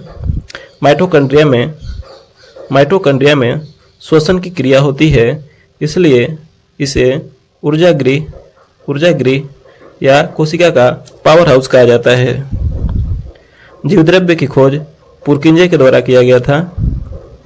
जीवद्रव्य की खोज पुरकिंजे के द्वारा किया गया था और जीवद्रव्य के बारे में हक्सले ने बताया था कि जीवद्रव्य जीवन का भौतिक आधार है। तो इसको किसने बताया था? तो हक्सले ने बताया था। नेक्स्ट है कि संविधान निर्माताओं ने किस पर विशेष ध्यान दिया था। तो इसका ऑप्शन है कि प्रस्तावना पर, मूल कर्तव्य पर, मौलिक अधिकार पर, नीति निर्देशक तत्व पर। तो इसका सही उत्तर है प्रस्तावना पर। संविधान निर्माताओं ने विशेष ध्यान प्रस्तावना पर दिए थे और प्रस्तावना जो है अमेरिका से लिया गया है, जबकि प्रस्तावना की भाषा जो है ऑस्ट्रेलिया से लिया गया है। मूल कर्तव्य रसिया से यानी रूस से लिया गया है। मौलिक अधिकार USA यानी अमेरिका से लिया गया है, जबकि नीति निर्देशक तत्व आयरलैंड के संविधान से लिया गया है। तो सभी इम्पोर्टेंट पॉइंट है, इसको भी आप याद कर लें। नेक्स्ट है कि मुगल कालीन शासकों में किस शासक का काल को चित्रकारी का स्वर्ण काल कहा जाता है। तो इसका ऑप्शन है कि अकबर, जहांगीर, शाहजहां, औरंगजेब। तो इसका सही उत्तर है जहांगीर। जहांगीर के शासनकाल को चित्रकारी का स्वर्ण काल कहा जाता है। नेक्स्ट है कि वंशागति के अध्ययन से संबंधित जीव विज्ञान की शाखा है। तो इसका ऑप्शन है कि कोशिका विज्ञान, उद विकास, आनुवांशिकी, शारीरिक। तो इसका सही उत्तर है आनुवांशिकी। वंशागति के अध्ययन से संबंधित जीव विज्ञान की शाखा जो है वह आनुवांशिकी है, जबकि कोशिका विज्ञान का जो अध्ययन है उसे साइटोलॉजी कहा जाता है। साइटोलॉजी कहा जाता है और इसको इंग्लिश में जेनेटिक्स बोला जाता है। नेक्स्ट है कि कौन सा तत्व ब्रह्मांड में सर्वाधिक मात्रा में है। तो इसका ऑप्शन है कि नाइट्रोजन, हाइड्रोजन, ऑक्सीजन, सिलिकॉन। तो इसका सही उत्तर है हाइड्रोजन। कौन सा तत्व ब्रह्मांड में सर्वाधिक मात्रा में है, तो वो है हाइड्रोजन। जबकि यदि हम वायुमंडल में बात करेंगे, जबकि हम वायुमंडल में देखेंगे तो इसमें सर्वाधिक मात्रा में जो तत्व हैं नाइट्रोजन है, नाइट्रोजन है, जबकि ब्रह्मांड में हाइड्रोजन है। नेक्स्ट है कि निम्न में किसे भविष्य का ईंधन कहा जाता है। तो इसका ऑप्शन है कि हाइड्रोजन, मीथेन, प्राकृतिक गैस, एथेनॉल। तो इसका सही उत्तर है हाइड्रोजन। हाइड्रोजन को हम भविष्य का ईंधन कहते हैं। और हाइड्रोजन का जो परमाणु संख्या होता है 1 होता है। हाइड्रोजन के 3 समस्थानिक होते हैं, 3 समस्थानिक होते हैं। एक होता है प्रोटियम, ड्यूटेरियम और ट्राइटेरियम। नेक्स्ट है कि साधारण नमक का रासायनिक नाम निम्नलिखित में से क्या है। तो इसका ऑप्शन है कि calcium carbonate, sodium carbonate, sodium chloride. तो इसका सही उत्तर है सोडियम क्लोराइड। साधारण नमक का रासायनिक नाम सोडियम क्लोराइड और इसका रासायनिक सूत्र NaCl होता है, NaCl होता है। नेक्स्ट है 1919 में जालियांवाला बाग हत्याकांड कहाँ पर हुआ। तो इसका ऑप्शन है कि अमृतसर, नागपुर, चंडीगढ़ और कोलकाता। तो इसका सही उत्तर हो जाएगा अमृतसर। 13 अप्रैल 1919 को जालियांवाला बाग हत्याकांड 13 अप्रैल 1919 को जालियांवाला बाग हत्याकांड हुआ, जिसमें हजारों लोगों की मृत्यु हो गई और इसके जांच के लिए हंटर कमीशन का गठन किया गया था। इसके जांच के लिए हंटर कमीशन का गठन किया गया था। तो चलिए आगे देखते हैं। अगला प्रश्न है कि लघु हिमालय श्रेणी के ढालों पर मिलने वाले छोटे छोटे घास के मैदानों को उत्तराखंड में क्या कहा जाता है। तो इसका ऑप्शन है दून, मर्ग, चोस, बुग्याल या प्यार। तो इसका सही उत्तर है बुग्याल या प्यार। जो घास का मैदान जो मिलता है उत्तराखंड में उसे बुग्याल या प्यार कहा जाता है। हिमालय को 3 भागों में बांटा गया है। सबसे पहला है बृहद हिमालय, उसके बाद है मध्य हिमालय, उसके बाद है बाह्य हिमालय। हिमालय को 3 भागों में बांटा गया है। आगे देखते हैं कि किस अधिनियम में पहली बार भारत के लिए संघीय संरचना प्रस्तुत की गई। तो इसका ऑप्शन है कि 1909 का अधिनियम, 1919 का अधिनियम, 1935 का अधिनियम और 1947 का अधिनियम। तो इसका सही उत्तर हो जाएगा 1935 का अधिनियम। 1935 के अधिनियम में पहली बार संघीय संरचना की बात कही गई और 1935 के अधिनियम में ही लोक सेवा आयोग का गठन भी किया गया। लोक सेवा आयोग का गठन भी किया गया। 1919 के अधिनियम को मार्ले मिंटो सुधार कहा जाता है। उसके बाद 1919 के अधिनियम को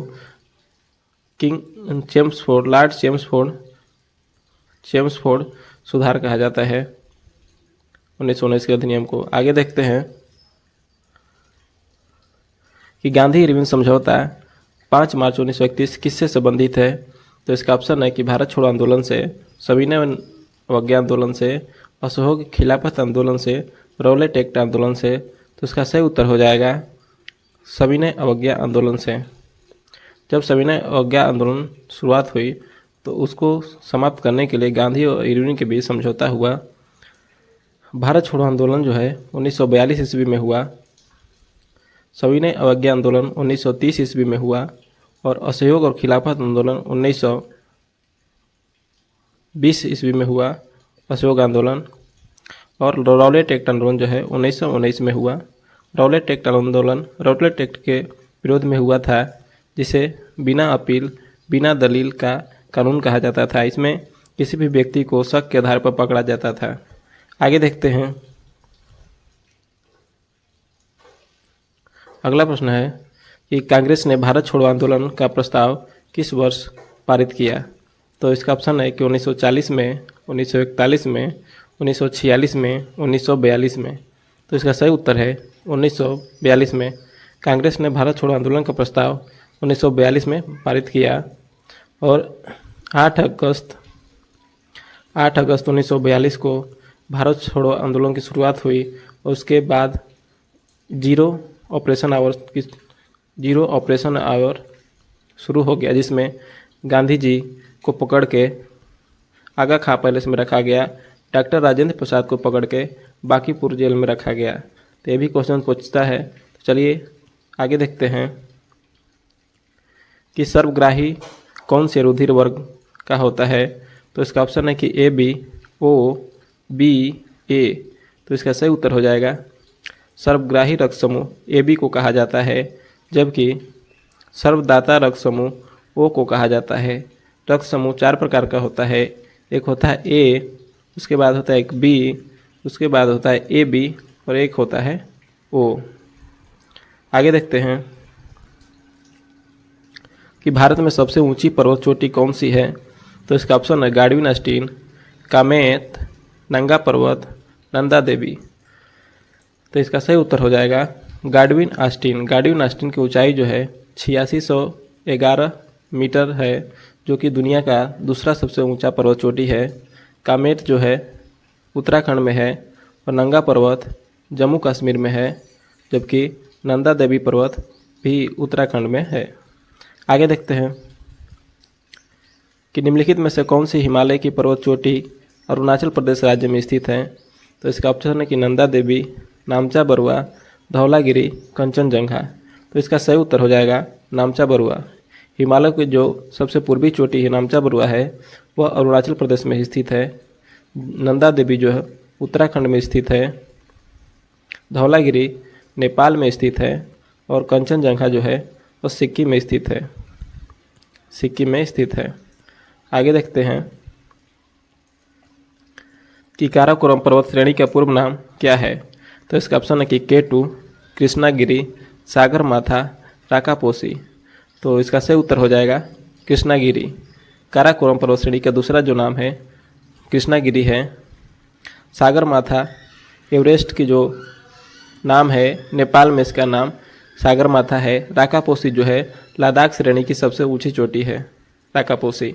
आगे देखते हैं कि मानव शरीर की किस ग्रंथि को मास्टर ग्रंथि कहा जाता है? तो इसका ऑप्शन है कि अग्नाशय, ओटू, पीयूष, प्लीहा। तो इसका सही उत्तर हो जाएगा पीयूष ग्रंथि। पीयूष ग्रंथि को मानव शरीर का इसको मास्टर ग्रंथि कहा जाता है और यह शरीर की सबसे छोटी ग्रंथि भी है, जबकि अग्नाशय को मिश्रित ग्रंथि कहा जाता है। मिश्रित ग्रंथि कहा जाता है और अग्नाशय के ही बीटा सेल से इंसुलिन का स्राव होता है। प्लीहा को ब्लड बैंक कहा जाता है। प्लीहा को ब्लड बैंक कहा जाता है। आगे देखते हैं कि सतलज एवं काली नदियों के बीच हिमालय का कौन सा प्रादेशिक विभाग स्थित है? तो इसका ऑप्शन है कि पंजाब हिमालय, कुमायूं हिमालय, नेपाल हिमालय और असम हिमालय। तो इसका सही उत्तर है कुमायूं हिमालय। सतलज एवं काली नदियों के जो बीच में स्थित हिमालय है उसे कि कुमायूं हिमालय कहा जाता है। हिमालय को सिडनी बुराड ने 4 भागों में बांटा है, जिसमें सबसे पहला है पंजाब हिमालय, जो सिंधु और सतलज नदी के बीच स्थित है। उसके बाद कुमायूं हिमालय है, ये है जो सतलज और काली नदी के बीच स्थित है। उसके बाद नेपाल हिमालय है, जो काली एवं तीस्ता नदी के बीच स्थित है। उसके बाद असम हिमालय है, जो तीस्ता और ब्रह्मपुत्र नदी के बीच स्थित है। इसको 4 भागों में जो है सिडनी बुराड ने बांटा था। सिडनी बुराड ने बांटा था। आगे देखते हैं कि हीराकुंड बांध किस राज्य में स्थित है? तो इसका ऑप्शन है कि ओडिशा में, झारखंड में, उत्तराखंड में और पश्चिम बंगाल में। तो इसका सही उत्तर है ओडिशा में। उड़ीसा में हीराकुंड बांध स्थित है और यह भारत का सबसे लंबा बांध है। भारत का सबसे लंबा बांध है और उड़ीसा जो है उड़ीसा जो है बिहार से 1 अप्रैल 1936 को अलग हुआ था और 1 अप्रैल को ही उत्कल दिवस के रूप में मनाया जाता है। वर्तमान में उड़ीसा के मुख्यमंत्री मोहन चरण मांझी हैं। आगे देखते हैं कि अलमाटी बांध किस नदी पर स्थित है। तो इसका ऑप्शन है कावेरी नदी, सेलूरू नदी, तुंगभद्रा नदी और कृष्णा नदी। तो इसका सही उत्तर है कृष्णा नदी। अलमाटी बांध जो है कृष्णा नदी पर स्थित है और कृष्णा नदी दक्षिण भारत की दूसरी सबसे बड़ी नदी है और कृष्णा नदी के किनारे ही विजयवाड़ा जो कि आंध्र प्रदेश में है, विजयवाड़ा स्थित है। तो साथ में इसको भी याद करके चलिए। आगे देखते हैं कि भारत का सबसे ऊंचा नदी बांध कौन सा है। तो इसका ऑप्शन है कि हीराकुंड, भाखड़ा नगर, सरदार सरोवर और टिहरी बांध। तो इसका सबसे सही उत्तर है टिहरी बांध। ऐसे ऊंचा बांध भाखड़ा नगर भी है, लेकिन भारत का सबसे ऊंचा नदी बांध टिहरी बांध है। और भाखड़ा नगर बांध जो है यह पंजाब में स्थित है और भाखड़ा नगर बांध जो है सतलज नदी पर बांधा गया है। सतलज नदी पर बांधा गया है। नेक्स्ट देखते हैं कि हीराकुंड बांध किस नदी पर स्थित है। तो इसका ऑप्शन है कि दामोदर नदी, बराकर नदी, हुगली नदी और महानदी। तो इसका सही उत्तर है महानदी। हीराकुंड बांध महानदी पर स्थित है और यह भारत का सबसे लंबा बांध है और यह उड़ीसा में स्थित है। आगे देखते हैं कि प्रधानमंत्री की नियुक्ति कौन करता है। तो इसका ऑप्शन है कि राष्ट्रपति, लोकसभा अध्यक्ष, राज्यसभा का सभापति और उपराष्ट्रपति। तो इसका सही उत्तर हो जाएगा राष्ट्रपति। प्रधानमंत्री की जो नियुक्ति है आर्टिकल 75 के तहत इनकी नियुक्ति राष्ट्रपति के द्वारा की जाएगी और प्रधानमंत्री के पद की चर्चा संविधान के अनुच्छेद 74 में वर्णित है। आगे देखते हैं कि भारत के केंद्रीय मंत्रिपरिषद की बैठक की अध्यक्षता कौन करता है। तो इसका ऑप्शन है कि राष्ट्रपति, उपराष्ट्रपति, प्रधानमंत्री और मंत्रिपरिषद के सदस्य बारी बारी से। तो इसका सही उत्तर हो जाएगा प्रधानमंत्री। जो केंद्रीय मंत्रिपरिषद की जो बैठक की अध्यक्षता होता है प्रधानमंत्री करता है और यह लोकसभा का नेता भी होता है। जो बहुमत दल का जो पार्टी का जो नेता होता है प्रधानमंत्री ही होता है और मंत्रिपरिषद की बैठक की अध्यक्षता भी प्रधानमंत्री करता है। आगे देखते हैं कि मंत्रिपरिषद में कितने स्तर के मंत्री होते हैं। तो इसका ऑप्शन है कि 1, 2, 3, 4। तो इसका सही उत्तर है 3। मंत्रिपरिषद में 3 स्तर के मंत्री होते हैं। पहला होता है कैबिनेट मंत्री, दूसरा होता है राज्य मंत्री और तीसरा होता है उप मंत्री। आगे देखते हैं कि भारत में हिमालय की सर्वोच्च पर्वत चोटी है। तो इसका ऑप्शन है कि नंदा देवी, नंगा पर्वत, कंचनजंगा, धौलागिरी। तो इसका सही उत्तर हो जाएगा कंचनजंगा। भारत में हिमालय की सर्वोच्च चोटी जो है कंचनजंगा है और यह भारत के सिक्किम राज्य में स्थित है। ऐसे ओवरऑल देखेंगे तो हिमालय की सर्वोच्च चोटी एवरेस्ट है जो कि नेपाल में स्थित है। नंदा देवी उत्तराखंड में है, नंगा पर्वत जम्मू कश्मीर में है और धौलागिरी नेपाल में स्थित है। नेक्स्ट देखते हैं कि असहयोग आंदोलन को क्यों निलंबित किया गया।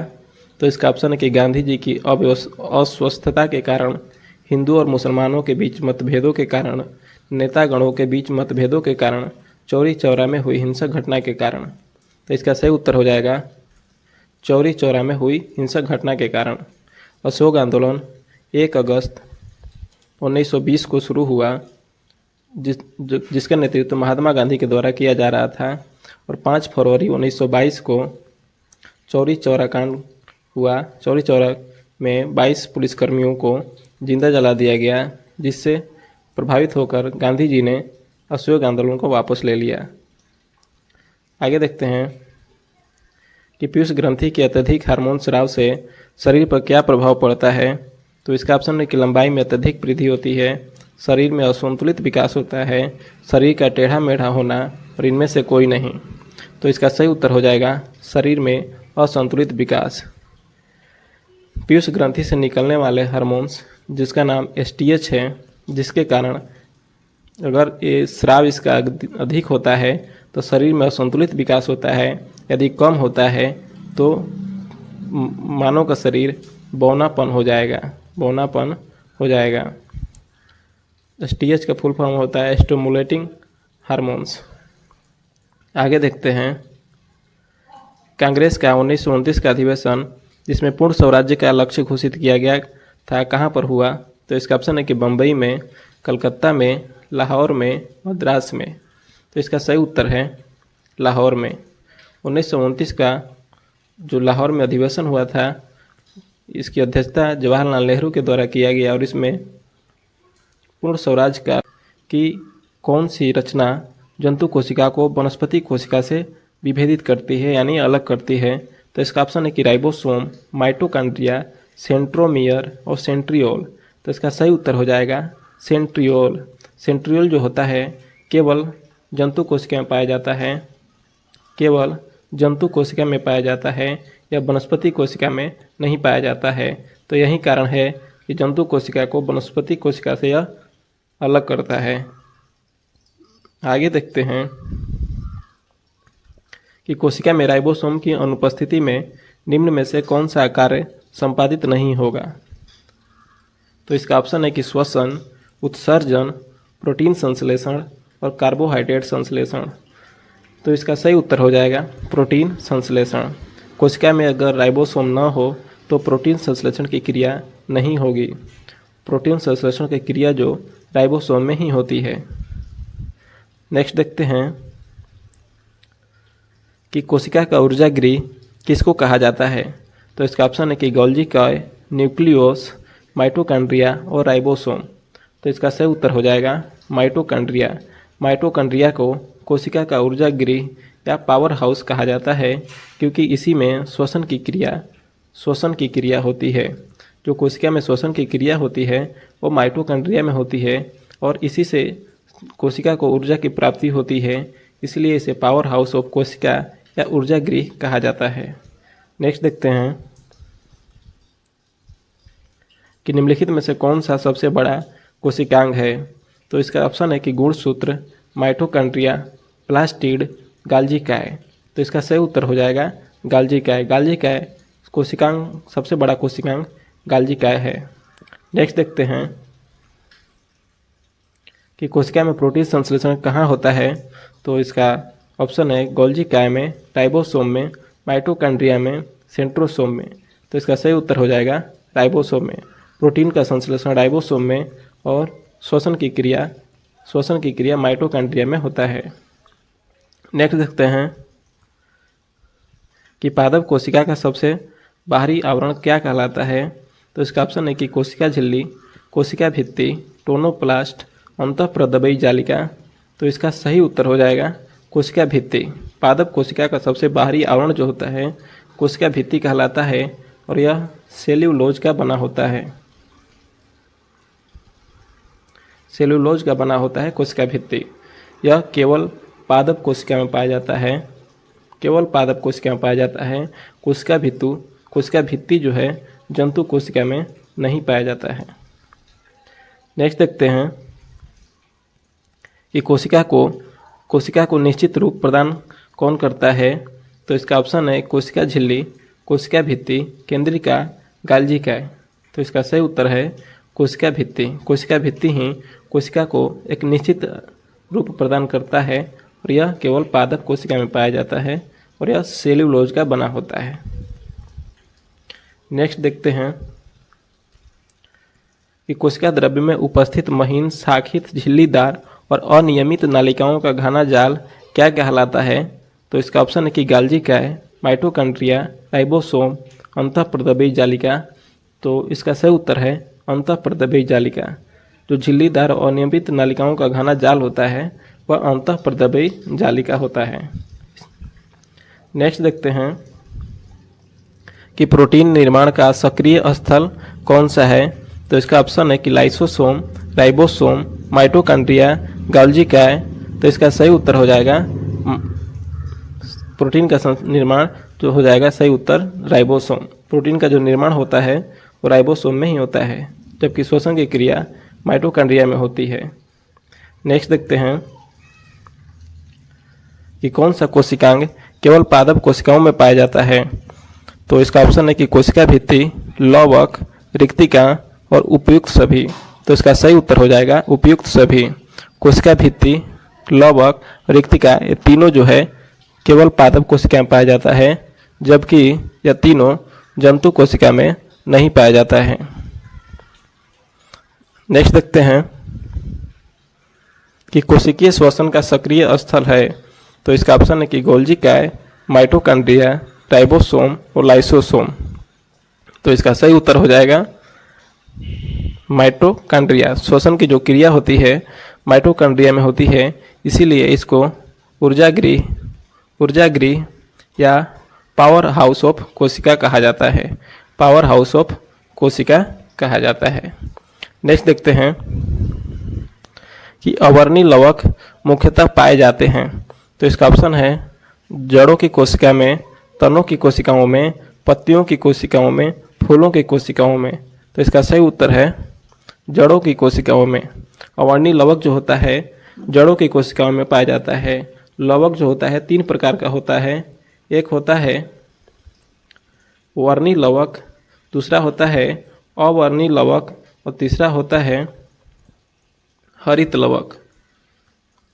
जो वर्णी लवक होता है यह फूलों और फलों के रंगों का निर्धारण करता है, जबकि अवर्णी लवक जड़ों और तना पर पाया जाता है और हरित लवक पत्तियों में पाया जाता है। नेक्स्ट देखते हैं कि फूलों और बीजों को विभिन्न प्रकार के आकर्षक रंग प्रदान करता है। तो इसका ऑप्शन है कि ल्यूकोप्लास्ट, क्रोमोप्लास्ट, क्लोरोप्लास्ट, टोनोप्लास्ट। तो इसका सही उत्तर हो जाएगा क्रोमोप्लास्ट। क्रोमोप्लास्ट को ही वर्णी लवक भी कहते हैं। वर्णी लवक कहते हैं। तो फूलों और बीजों को जो विभिन्न प्रकार का आकर्षक रंग मिलता है वह क्रोमोप्लास्ट के कारण ही मिलता है। नेक्स्ट देखते हैं कि पत्तियों को हरा रंग प्रदान करता है। तो इसका ऑप्शन है क्रोमोप्लास्ट, क्लोरोप्लास्ट, ल्यूकोप्लास्ट, टोनोप्लास्ट। तो इसका सही उत्तर है क्लोरोप्लास्ट। पत्तियों में जो हरा रंग होता है क्लोरोप्लास्ट के कारण होता है और इसमें जो वर्णक पाया जाता है उसका ही नाम क्लोरोफिल होता है। और क्लोरोफिल में जो तत्व पाया जाता है उसका नाम है मैग्नीशियम। मैग्नीशियम। तो नेक्स्ट देखते हैं कि कोशिका की आत्महत्या की थैली कहलाता है। तो इसका ऑप्शन है कि लाइसोसोम, राइबोसोम, न्यूक्लियोसोम और गोल्गी काय। तो इसका सही उत्तर है लाइसोसोम। लाइसोसोम को आत्महत्या की थैली कहा जाता है और लाइसोसोम की खोज डी डुबे ने किया था। लाइसोसोम की खोज डी डुबे के द्वारा किया गया था। नेक्स्ट देखते हैं कि लाइसोसोम में पाए जाने वाला एंजाइम्स जिनमें जीवद्रव्य को घुला देने या नष्ट करने की क्षमता होती है क्या कहलाता है। तो इसका ऑप्शन है कि cell sap, cytoplasm, nucleoplasm, hydrolytic enzyme. तो इसका सही उत्तर है hydrolytic enzyme. Hydrolytic enzyme. Next देखते हैं कि 80% से अधिक कोशिका में पाए जाने वाला पदार्थ क्या है। तो इसका ऑप्शन है कि प्रोटीन, चर्बी, खनिज, जल। तो इसका सही उत्तर हो जाएगा जल। जो कोशिका में 80% जो पदार्थ पाया जाता है वह जल होता है और कोशिका की खोज 1665 में रॉबर्ट हुक के द्वारा किया गया था। रॉबर्ट हुक के द्वारा किया गया था। नेक्स्ट देखते हैं कि किसकी उपस्थिति के कारण किसी पादप कोशिका और पशु कोशिका में अंतर पाया जाता है। तो इसका ऑप्शन है कि माइटोकॉन्ड्रिया, कोशिका भित्ति, कोशिका कला और केंद्रक। तो इसका सही उत्तर हो जाएगा कोशिका भित्ति। कोशिका भित्ति के कारण ही पादप कोशिका और पशु कोशिका में अंतर पाया जाता है। नेक्स्ट देखते हैं कि निम्नलिखित में से कौन सा कोशिकांग डीएनए रखता है। तो इसका ऑप्शन है कि सेंट्रियोल, गोल्गी काय, लाइसोसोम, माइटोकॉन्ड्रिया। तो इसका सही उत्तर हो जाएगा माइटोकॉन्ड्रिया। माइटोकॉन्ड्रिया में डीएनए पाया जाता है। माइटोकॉन्ड्रिया में डीएनए पाया जाता है। माइटोकॉन्ड्रिया को कोशिका का ऊर्जा गृह या पावर हाउस ऑफ कोशिका कहा जाता है और इसमें श्वसन की क्रिया होती है। नेक्स्ट देखते हैं कि कौन सा कोशिकांग प्रोटीन संश्लेषण में प्रमुख भूमिका निभाता है। तो इसका ऑप्शन है कि लाइसोसोम और सेंट्रोसोम, एंडोप्लाज्मिक रेटिकुलम एवं राइबोसोम, गोल्गी उपकरण एवं माइटोकॉन्ड्रिया, लाइसोसोम एवं माइटोकॉन्ड्रिया। तो इसका सही उत्तर हो जाएगा एंडोप्लाज्मिक रेटिकुलम एवं राइबोसोम। प्रोटीन संश्लेषण की जो क्रिया होती है एंडोप्लाज्मिक रेटिकुलम एवं राइबोसोम में ही होती है। नेक्स्ट देखते हैं कि कौन सा अंगक प्रायः जंतु कोशिका में उपस्थित नहीं होता है। तो इसका ऑप्शन है लौबक, गोल्गी काय, माइटोकॉन्ड्रिया और अंतःप्रदबयी जालिका। तो इसका सही उत्तर हो जाएगा लौबक। लौबक जो होता है केवल पादप कोशिका में पाया जाता है, यह जंतु कोशिका में नहीं पाया जाता है। नेक्स्ट है कि माइटोकॉन्ड्रिया किसमें अनुपस्थित होता है। तो इसका ऑप्शन है कि ईस्ट में, कवक में, जीवाणु में, हरे शैवाल में। तो इसका सही उत्तर हो जाएगा जीवाणु में। जीवाणु में माइटोकॉन्ड्रिया नहीं पाया जाता है। और जीवाणु जो होता है यह प्रोकैरियोटिक कोशिका का उदाहरण है। प्रोकैरियोटिक कोशिका का उदाहरण है, ठीक, कोशिका का उदाहरण है। और जीवाणु में ही माइटोकॉन्ड्रिया अनुपस्थित होता है। आगे देखते हैं कि जीव द्रव्य शब्द का प्रयोग सर्वप्रथम किसने किया था। तो इसका ऑप्शन है कि डार्विन ने, पुरकिंजे ने, जॉन रे ने, एचिसन ने। तो इसका सही उत्तर हो जाएगा पुरकिंजे ने। जीव द्रव्य शब्द का जो सर्वप्रथम प्रयोग किया था पुरकिंजे के द्वारा किया गया था। नेक्स्ट है कि जीव द्रव्य जीवन का भौतिक आधार है, यह कथन किसका है। तो इसका ऑप्शन है कि हेनरी, लेमार्क, हक्सले, ट्रेविनर्स। तो इसका सही उत्तर हो जाएगा हक्सले का। जीव द्रव्य जीवन का भौतिक आधार है, हक्सले के द्वारा कहा गया था। नेक्स्ट है कि डीएनए के द्विहेलिक्स प्रारूप को पहली बार किसने प्रस्तावित किया था। तो इसका ऑप्शन है कि वाटसन तथा क्रिक ने, फिशर तथा हाल्डानी ने, लेमार्क तथा डार्विन ने, ह्यूगो डी ब्रिज ने।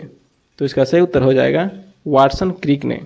डीएनए के द्विहेलिक्स प्रारूप को वाटसन तथा क्रिक ने पहली बार प्रस्तावित किया था। नेक्स्ट देखते हैं कि न्यूक्लियस की खोज सर्वप्रथम किसने की थी। तो इसका ऑप्शन है कि लीवेनहॉक, स्वान, हम्फ्रिस्टर और ब्राउन।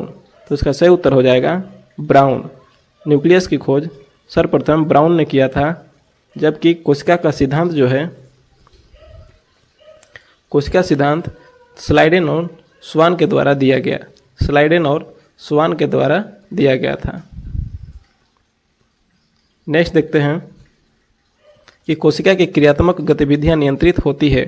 तो इसका ऑप्शन है कि केंद्रिका द्वारा, माइटोकॉन्ड्रिया द्वारा, जीवद्रव्य द्वारा, केंद्रक द्वारा।